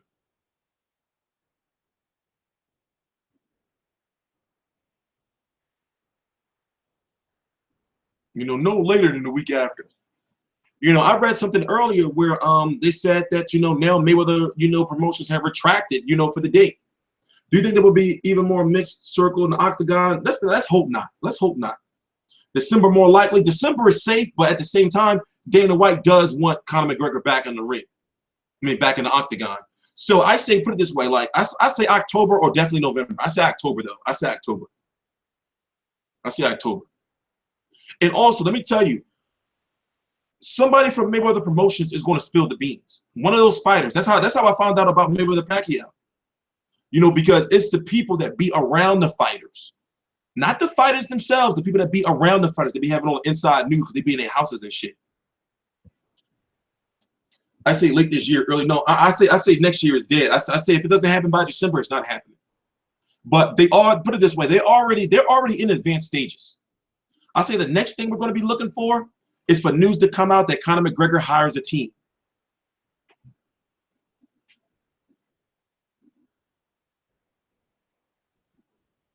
You know, so I say once McGregor hires like a team, as far as like a promoter, not a promoter, a trainer. Where's the location of Gotti Ward? If I'm correct, that was Jersey, wasn't it? Wasn't Gotti Ward in Jersey? Wasn't the first one in Atlantic City when Atlantic City used to have fights all the time? Well, see, McGregor is much better on the microphone than Floyd Mayweather. This is that Mayweather can tell McGregor, I'm gonna beat the shit out you in the ring. McGregor just gonna talk all that shit. McGregor can talk some shit. He's gonna talk about how he came to the sport and how, you know, he's already second best boxer in the sport, the most financially successful boxer in the sport, and never fought in a boxing ring. So McGregor got some shit to talk. He got some shit to talk. So we have damn, I want this to be over. But now we got to stick around for 10, 25 minutes, 24 minutes. 24 minutes. He gonna hire Freddie Roach? We don't know. So I guess we can use the end of this stream, I guess, to talk about, you know, random shit. Yeah, my phone is fucking going off. I want people to leave me the hell alone so I can fucking, after this stream is over,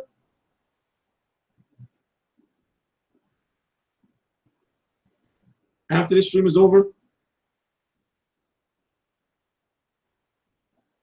gonna order my motherfucking pizza. I got a coupon for 20% off, and I got Papa John's points, so I get free wings because I've been ordering from them over the last several months. And then expect some good stuff tonight, just all over the internet from John David Jackson and Virgil Hunter. You know, so like I said, there's a lot of stuff that needs to happen with you know, McGregor, like, still before I can even believe that, okay, the shit's gonna happen. But I just feel August 26th for a fight of this magnitude is just way too soon. So is Joshua Click looking more likely? Yeah, hell yeah. I'm saying that's like 90%. Remember, Anthony Joshua's A side. Eddie Hearn is A side. So they're saying, yo, what's happening? So they're preparing for it to happen. I told you to get an iPhone. Well, put it this way, I got an iPad. I never used the Apple product before. So this iPad is helping me like learn Apple. But I also have an S8 and an S7 Edge. I just got the S8, but I don't use it. My pop been using it to watch like the WWE network. But that's because I'm trying to transfer my shit from my S7 to my S8, and I'm gonna give him the S7. And he don't know how to use the shit, but he knows how to push like for the button for the WWE network. So basically, it's on. I made it so that it's like in the simplest mode, and that it's on like one icon you can push. Yeah, I'm hyping shit about Saturday. So what I'm going to do is I'm going to rest today. I was in the hospital yesterday. I was sick as shit. So if I didn't go to the hospital yesterday, then my whole weekend would have been fucked up.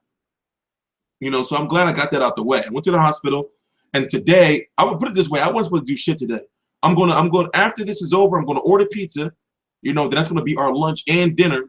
And then I'm going to get up on some 2, 3 o'clock in the morning shit and start uploading this stuff from John David Jackson and Virgil Hunter. I'm probably not going to get into the middle of the night anyway. You know, and then tomorrow, you know, go to the market, you know, and then I'm going to fucking trap myself in the house. Trap myself in the house. Well, it's like this. Put it this way. I'm more interested in phones that are going to help me do everything I need to do. Like, my phone is powerful, powerful as shit, but I noticed that I do way too much. Remember, you gotta understand that I got an Instagram that got 12,000, 13,000 people. I got a like page with like 35,000 people. I got a personal Facebook page, 49, I believe it was like 4950 or some shit, almost 5,000 people. You know, a Twitter. You know, like, you gotta manage all that shit. Fucking Pinterest. Fucking, then you got YouTube. You know, then you're getting all these emails from these promoters and shit. You gotta read all of it because you don't know what information is in them. You know, you got your personal emails. You know, so, you know, you got people from Xbox and shit. You know, fucking and PS4 sending you fucking messages. And you're like, what the fuck? You know? Like, yo, T-Street, you up. Let's play some UFC. And it's like, yo, bro, I don't even know you, man. Is that Paul Smith fight this weekend? Where are the judges for Saturday? Oh yeah, let's go look at that. Let's go see who the judges are for Ward-Kovalev. And Kovalev was pissed because they're American judges. Kovalev pissed because they're American judges. But at the same time, American judges the first fight.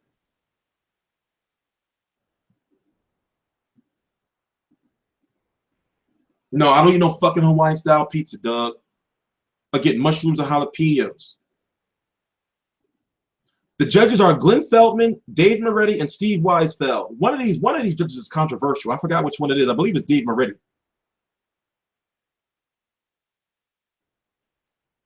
One of these judges is controversial. Is the fight back in Oakland? What? What? What? We're gonna let that one slide, bro. The fight is in LA. I mean, in Las Vegas. We're gonna let that slide, bro. We're gonna let that slide, bro. What? We're gonna let that slide. Dave Moretti's the controversial one. One of them is controversial.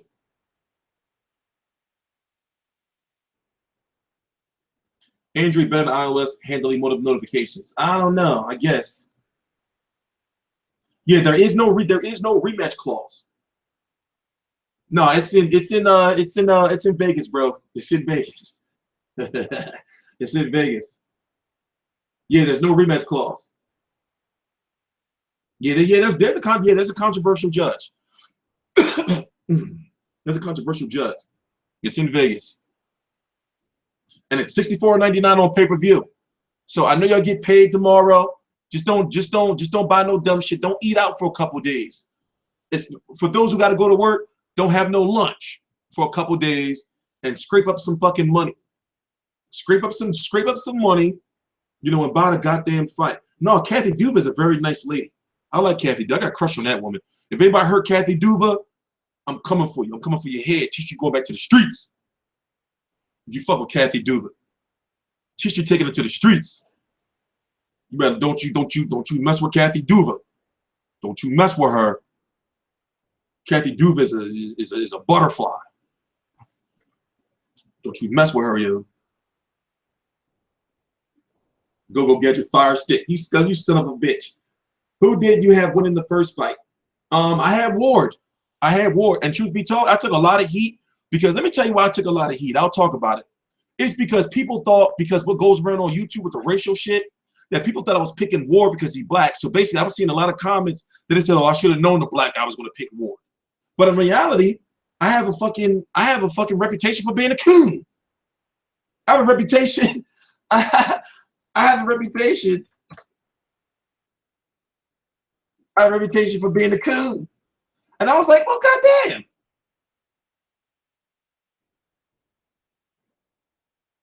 I was like, well, goddamn. Like, why are people calling me?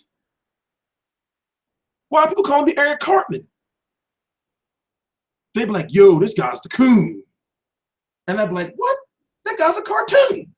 I was like, that guy's a cartoon. They like, this guy's a coon. He picked, you know, he always picking the white fighters. I'm like, what is that? What is that? What? So then when I picked Ward to win, it was like reverse. They was like, oh, another racist. And I was like, oh my God, they call me a racist? Yes. Yes. You know? There's like They was like, look at this coon. Yo, that shit was crazy. I'm like, where are they getting this stuff from? Like, are they calling me Eric Cartman? Like, what the fuck is going on? The fuck is going on out here, you know? There's like, T-shirt ain't nothing but a coon. But yeah, so when I said Ward won, they was like, this racist black man, you know, he's only picking him. Get a coon hoodie. I should get the coon hoodie. I should get the coon. With Eric Cartman, which pose we should get? We should get this one. We should get let me see, which one should we get? We should get this one. Like put this on a hoodie. The coon. Like after I cover like black fights and shit, like I had this hoodie on. Y'all motherfuckers is dumb. See this off topic. Did you hear Rich Piana's racist rant? Who the hell is that? How the hell that happen? Steve Weisfeld. He's the bad judge. One of them is either Dave Moretti or Steve Weisfeld. One of them has like multiple, like I'm talking about like too many controversial decisions. One of them has too many controversial decisions. One of them. I don't know what exactly it is. I don't know what exactly it is. So we got 15 minutes exactly. And then if I end this video on 15 minutes, that means it'll exactly be a 3-hour video. 360 coon shirts for sale. Yeah, we can't use Eric Cartman though because it's like copyright. We can't use that. We can't use that. Who is the coon? I would get this one. I would get this one. Who's the coon? If Ward circles to his right, it would be an easier fight for him. Yeah, I guess. I guess. Who was the coon? I was like, what? Eric Cartman? I'm the coon? I'm the coon? You know, I be trying to just do what's right. That's all. I be just trying to do what's right. That's all I be doing. All right, I'm going to make my last cup of tea. I'm very highly caffeinated. I'm very highly caffeinated. I should order my pizza now. So then, like when I end the stream, at least it'll be on the way. Well, see what it is I've learned that, you know, the racial relations on boxing on YouTube has gotten better. It has gotten better. You know, but at one point in time, that shit was bad. That shit was bad. That shit was bad. So what we're gonna do is this Saturday after the fight, obviously I'm gonna do my post-fight video, which is gonna be on 15 minutes. Then we're gonna do like a long ass stream after the fight. You know, we go into the details because whatever happens with this fight, remember there's no rematch clause. So that means if Ward wins, many believe he might retire because he's got a shitload of mandatories waiting. A shitload of mandatories waiting. And many feel that if Kovalev wins, then they're gonna go directly into Donna Stevenson again. But if Ward wins, I really do feel that Ward is gonna retire though. I'm not gonna lie, because it's like he's not the type of guy that you can tell that spends a lot of money. And it's like, what else can you need? He get all that motherfucking Jordan gear. Like, what else can a man want? So he don't seem like the type of guy that spends a lot of money, so he'd be cool with this money. Remember, he's probably made about maybe $15 million from Rock Nation already. Well, probably after this fight, maybe clear about $15 million from Rock Nation, you know? Because remember, Dan Goosen had took his contract to the grave. Dan Goosen took Ward contract under the dirt. So if Rock Nation wasn't formed, we don't know what the fuck would have happened with Andre Ward. Dan Goosen, rest his peace, he took his contract to the grave. Because before Dan Goosen died, he was suing Andre Ward for like $10 million. And he was trying to keep his contract for eternity. Eternal contract? An eternal contract. That means you still in the grave. You still got to fulfill those deals. You still got to fulfill that contract. I remember that shit. I remember that shit. Took his shit to the grave. It's crazy. So basically what we went over in this video is like how John David Jackson was all shady. You know, that he's been involved in some shady dealings. We talked about Broner Garcia. We started the video about my past. You know, I apologized to Real Combat Media, Hoop Jeff, for the nut ass shit I was doing. You know, and we're feeling good. We're moving on, man. We're moving on. We got a long ass summer. I talked about how like Broner Garcia is in New York, and I was like hoping and praying, you know, that shit was gonna be in LA, so I didn't have to go. You know, but July 29th is 45 days away. That's enough time, you know, to get like shit in order. because I want to cover Broner Garcia like in a different way. You know, I want to cover it in a different way than I did in the past, as far as like making sure that I have the equipment and also making sure that I'm uploading the content in a timely manner. So what I'm doing this time is when I was at the last fight, I found out that I can get 2 credentials this time. So I'm going to take somebody else with me so we can cover more ground. You know, because I missed the interview with Broner because I was in the back doing my post-fight, you know, stuff, and I was missing key interviews because it's hard to do that shit when you're by yourself, yo. It's hard to do that shit when you're by yourself. You know, so I'm going to make sure I do things differently this time as far as making sure like we cover more ground. What's going on with the Ali tournament that they're talking about? Well, let's go look at it real quick. Mom, did you get her? No, I didn't. My mom was asking about my daughter. Hold on 1 minute. Let me send her a text back.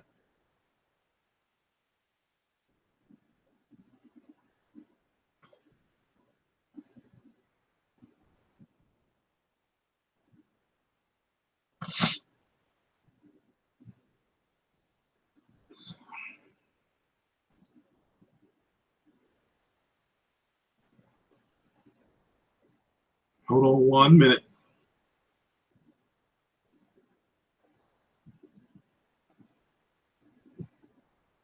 This is kind of important. It's kind of important. Oh, let me put this up. WorldBoxingSuperSeries.com. We may have to extend the show 15 minutes. It could be no more than 15 minutes.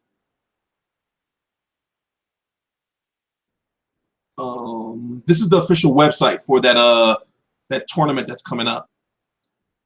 Let's talk. It's going to take more than because I wanted to stop the video at 3:15. It's 3:06 right now. So this is I need to do a full video on this.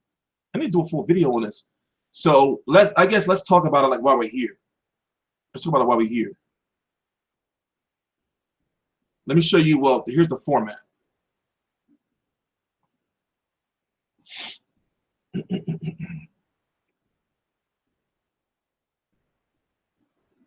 Not even on no free shit. I always buy my own ticket. I've been trying to link for every Philly fight. You have? Well, see, when I be at these fights, yo, you know, like I be getting like a lot of calls and shit, and I don't be, you know, like I don't know. No, but put it this way, I don't mind. Like if somebody's serious, like I really need somebody in New York. You know, like I need somebody that like has like an open schedule, because when you cover a fight, you got to cover the whole week. And that should be hard. You know, you got to cover the whole week. And normally a whole week is like $4 because put it this way, I realized that with the money I spend on each, okay, one New York trip a week, 1 week in New York will cost me $600. So it's like, why not pay somebody to do that shit? It cost them less money. I mean, it cost me less money because I catch the train out there. So depending on what time I catch the train, that shit be real, you know, expensive. So let's talk about this tournament real quick.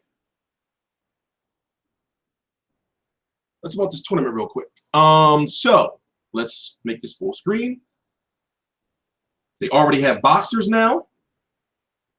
Here are the boxers that have signed up so far. He's the WBC champion. He's the IBF champion. They got him, and who else? So they're waiting for more boxers to sign up. You know, now to sign up for the tournament, you have to be ranked in the top 15 of either the WBC, WBA, WBL, or IBF in 168 pounds or the cruiserweight division. So these are the boxers they have so far. Now let's go look at the schedule.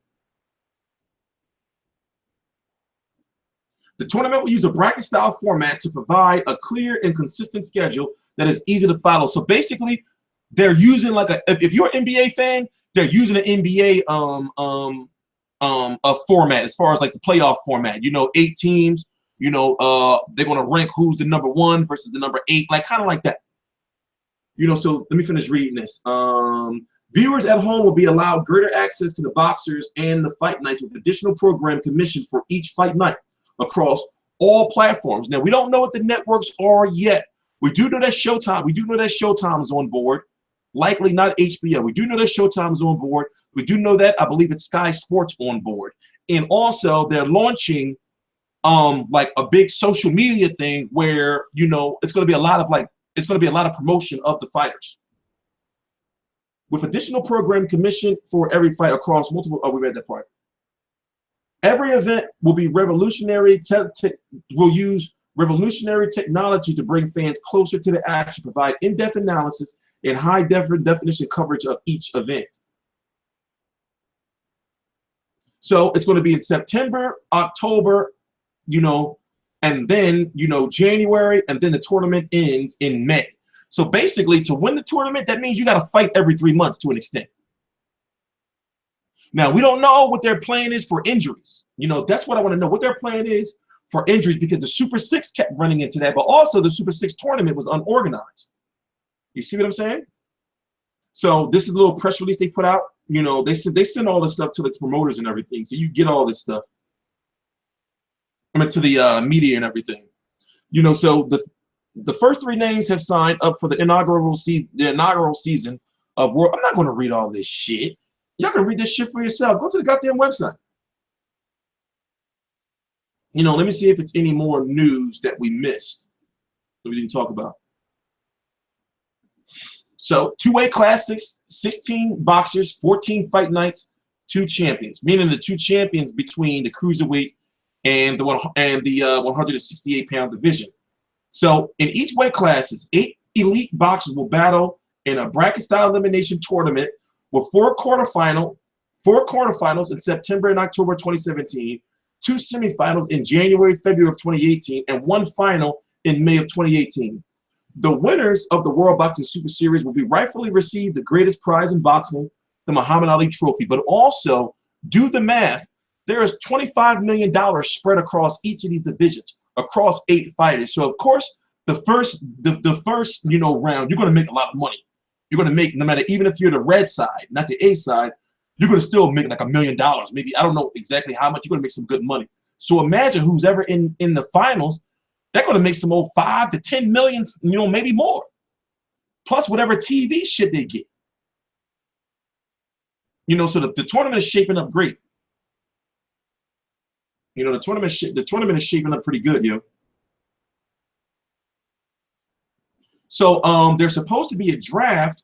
Let me see. If I'm correct, the draft is next month. And it's supposed to be on, I believe, ESPN. Where's it at? I'm looking for the original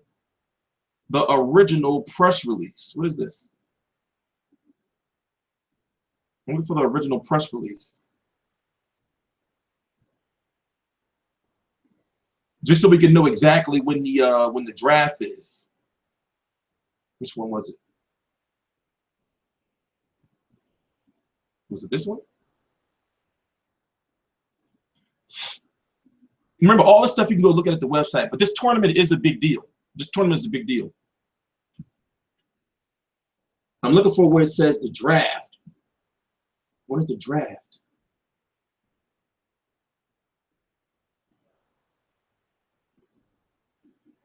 When is the draft? It starts in September, but I strongly believe that I read that the draft is next month. Or was it this month? We would have known if it was this month, but I believe it's next month. So if you want to see the rules and all that, it's all on the website. It's all on the website, as you can see. Hold on, I'm trying to read the chat. Let me catch up on the chat.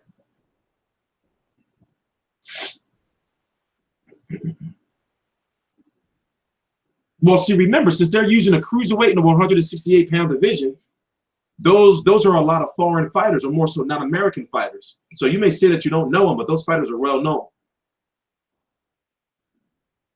Yeah, we talked about everything, yo. We talked about everything. Everything. So we can't go back. And for those who are banned, that because KOD got trigger happy, I'm going to unban all you guys. I'm going to unban all you guys. So, since that part is done, you know, so yeah, that tournament is a big deal.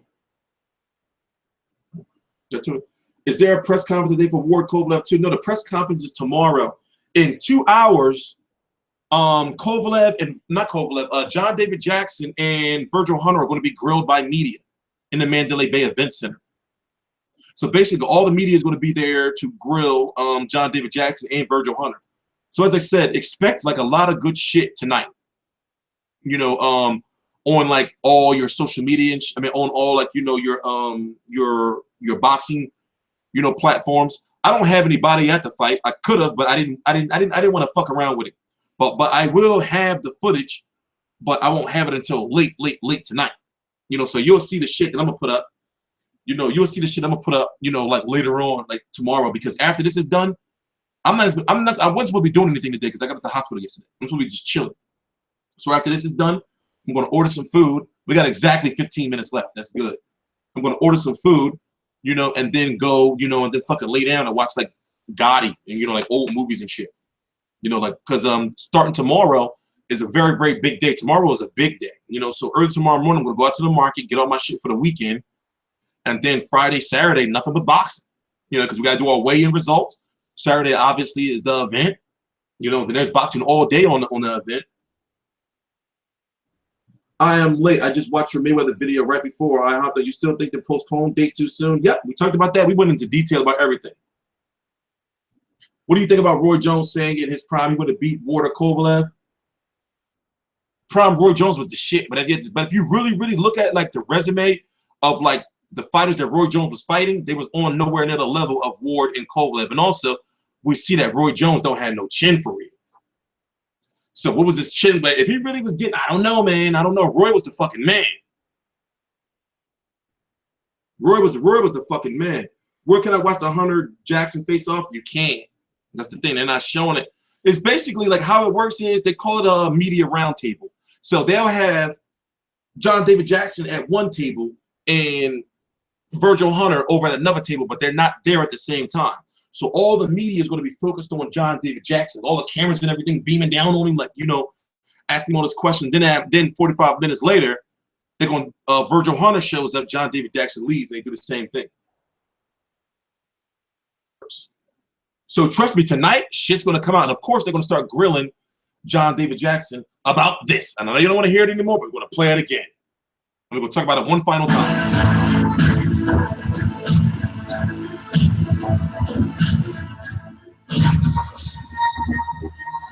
True MMA, true. So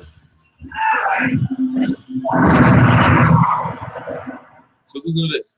First and foremost, Listen carefully. I didn't read. He's talking about John David Jackson and how the situation went down between John David Jackson contacting Ward's team trying to get in with Andre Ward. But Andre Ward and Virgil Hunter was like, yo, we can't let somebody in our camp like that, especially if he's sneaking his top guy. And my team kind of gave me just what was put out. But it 100%, it's a fact. Like, just think of the logic, okay? Just real quick. Just think of the logic of us coming up with the right idea. Yeah, I think Virgil going to win. Call him out of the blue and try to pluck his head train, knowing that it's going to be a rematch. But just pause on that topic for 1 second. He incriminated himself by saying, if they would have took my offer, I might be over here. What does that say about him or his team and what's going on? So I think that says it all, but without getting too deep into it, because the truth's gonna come out, and I'm gonna let my team put it out however they want to put it out. It's too much, too many. It's too much of a trail. It's called damage control. Well, first, let me just give you the real gist of it. How my attorney has a relationship with John David. Okay, so listen to this. Andre Ward is saying that his attorney has a relationship with John David Jackson. This is where shit starts getting deep. Listen carefully. This is why I feel that Andre Ward is very credible in this situation. And also, he's the son of God. For crying out loud. Some fighters that they work with together, et cetera, et cetera. And before the fight, they didn't do much talking. Obviously, it was what it was. And then after the fight, he reached out and just started complaining about the way he was being treated. He was complaining about the fact that whoever the Russian coach was, I don't know, that he wasn't able to talk in the corner, that right before he walked out to the ring, he was told he can't talk after a certain point in the fight, which I think everybody saw. and that he couldn't even understand the guy that was talking to him. He didn't know the instruction that was being given to Kovalev. He was talking about how just Kovalev is just nasty with him. And I mean, how would I know that? He talked about how he would love to join our team because he seemed like good people, and Andre seemed like a good person to work with, and I think I would get along with her. So when he brought that up, my team did what they were supposed to do. They vetted the situation. You know, they told me about it. Birds moving around, training fighters, and he and I hadn't had a chance to talk. And as we deliberated about it, you know, they went back and forth and talked or whatever. And I think he came with some outrageous demand, money-wise, and my team was like, listen, like, it's not gonna happen. Like, in other words, we're doing you a favor. Like, bringing you in. You know, I respect John Davies, a former fighter, former champion, and you know, with him saying the way he was being treated, I'm looking at it like, look, man, like, you obviously were on the other side, and I didn't take personally the stuff you were saying before the fight, but let's see if it makes sense. Now, only problem with that is once I digest it, you don't take a rocket science. Now, if you know this to your top man, I can't trust you in the gym. And that's basically the conclusion me and Bird came to in about 2 minutes once we finally did get a chance to talk. We both agreed. A, I didn't want anybody to take anything away from Bird. In a second, like, oh, you guys need John Davis Jackson. And B, I like peace in the gym. You know, and I only want people in here that are with the team, for the team, and people that can be trusted. And that's an individual that even if you have to sign paperwork, you don't know what he's doing at night in his hotel room with the other side. So if he's doing that to his guy, what would he do to this side? So we killed the situation, and then it came out when it came out. But I have one of the best trainers in the world. And no disrespect to John Davis, but that's not the first time we fought John Davis. That was the second time we fought John Davis. And John Davis hasn't done anything, in my perspective, as a trainer to make me want to ditch my trainer, add to my trainer. My trainers are not. Even early in my career, when I got knocked down, I stuck with my godfather because I know he's the guy.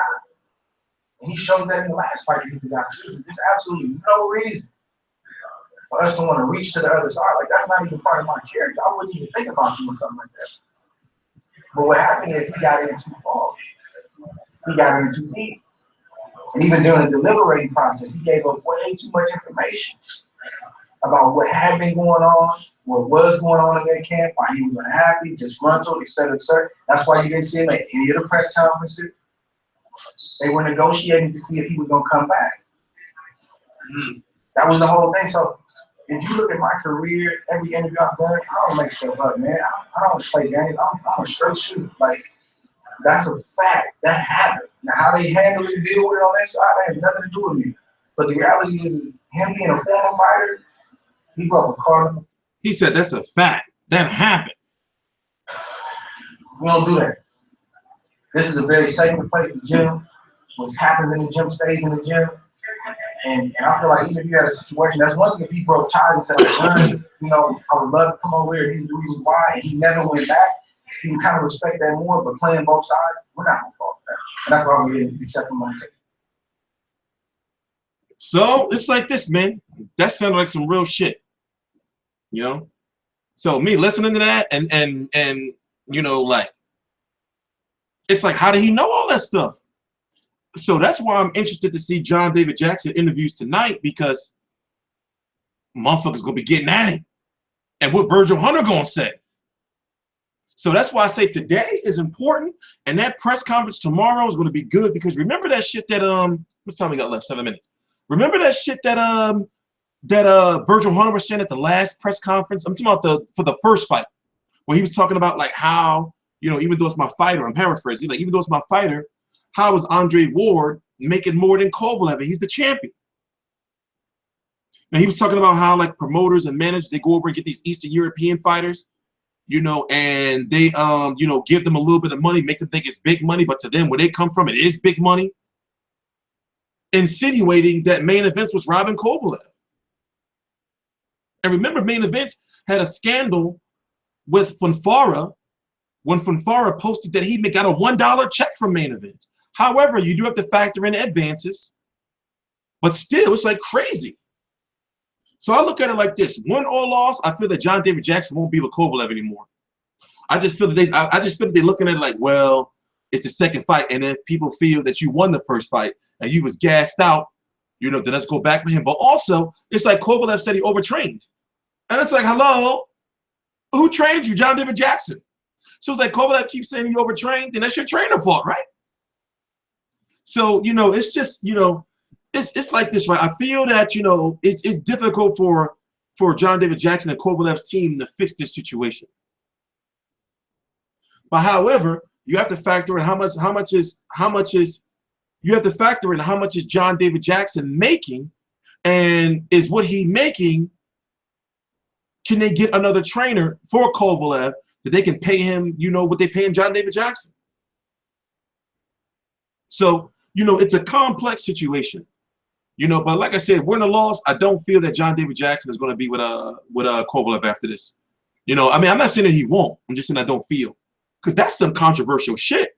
Like when you're going to the other team, you know, spilling the beans, but looking at it from the other side. What if it's mind games by John David Jackson and then like, yo, go over to Kovalev's team, I mean, go over to Ward team and go see if you can get some information. Go see if you can get into their camp. So you got to look at it from both ways, man. But like I said, from if I was a juror, and I'll never be no fucking juror. I'll never be no fucking. You're just a rat. But anyway, if I had to look at the situation, it's like I'd be like, yo, Andre Ward sound like he the one telling the truth, and then I'd be like, well, he is the son of God, and John David Jackson has been seeming a little shady. And somebody said earlier in the fucking chat, it's like, man, that ponytail, you know. So it's like, even though it's something small to some people, to me, it's like, man, you got a ponytail, man. I can't really trust you. I fucks with you, but I can't trust you. You know, get a ponytail. You know, so it's just like where I'm from. That speaks. I can't believe Kovalev still has him in camp. But at the same time, they probably thinking, you know, like, well, you know, we almost won with him, or you know, we feel we won with him, so why rock the boat now? Let's fire his motherfucking ass and get rid of him after the second fight. Well, see, if he was a pimp, then I'd be different. Like, put it this way, there's certain rules that apply, like when you're a pimp. So if you're a pimp, you can have a motherfucking ponytail. But because you're a pimp. But it's like, is John David Jackson a pimp? You know, so that type of shit flies for like certain, like you can be a pimp or you can be like Steven Seagal. Because you know, if Steven Seagal get a hold of your wrist, you fucked. You know what I'm saying? But you can't just have a ponytail, you know. I'm just saying. You can't, you know, I'm just saying. Let me leave that alone. You know, so only certain groups of people or like certain people get a pass for like a ponytail, you know? You know, Renzo Lamas and shit. Just saying. What time is the trainer face-off thing? Well, it's not live. So John David, let me go look real quick. It's not live, so hold on. Let me go look. Hold on. Ponytail, man. But like I said, it's not looking good for John David Jackson. He looked like the one. Like I said, we don't know. You know, so and obviously you can't go to this. You have to have credentials to get in.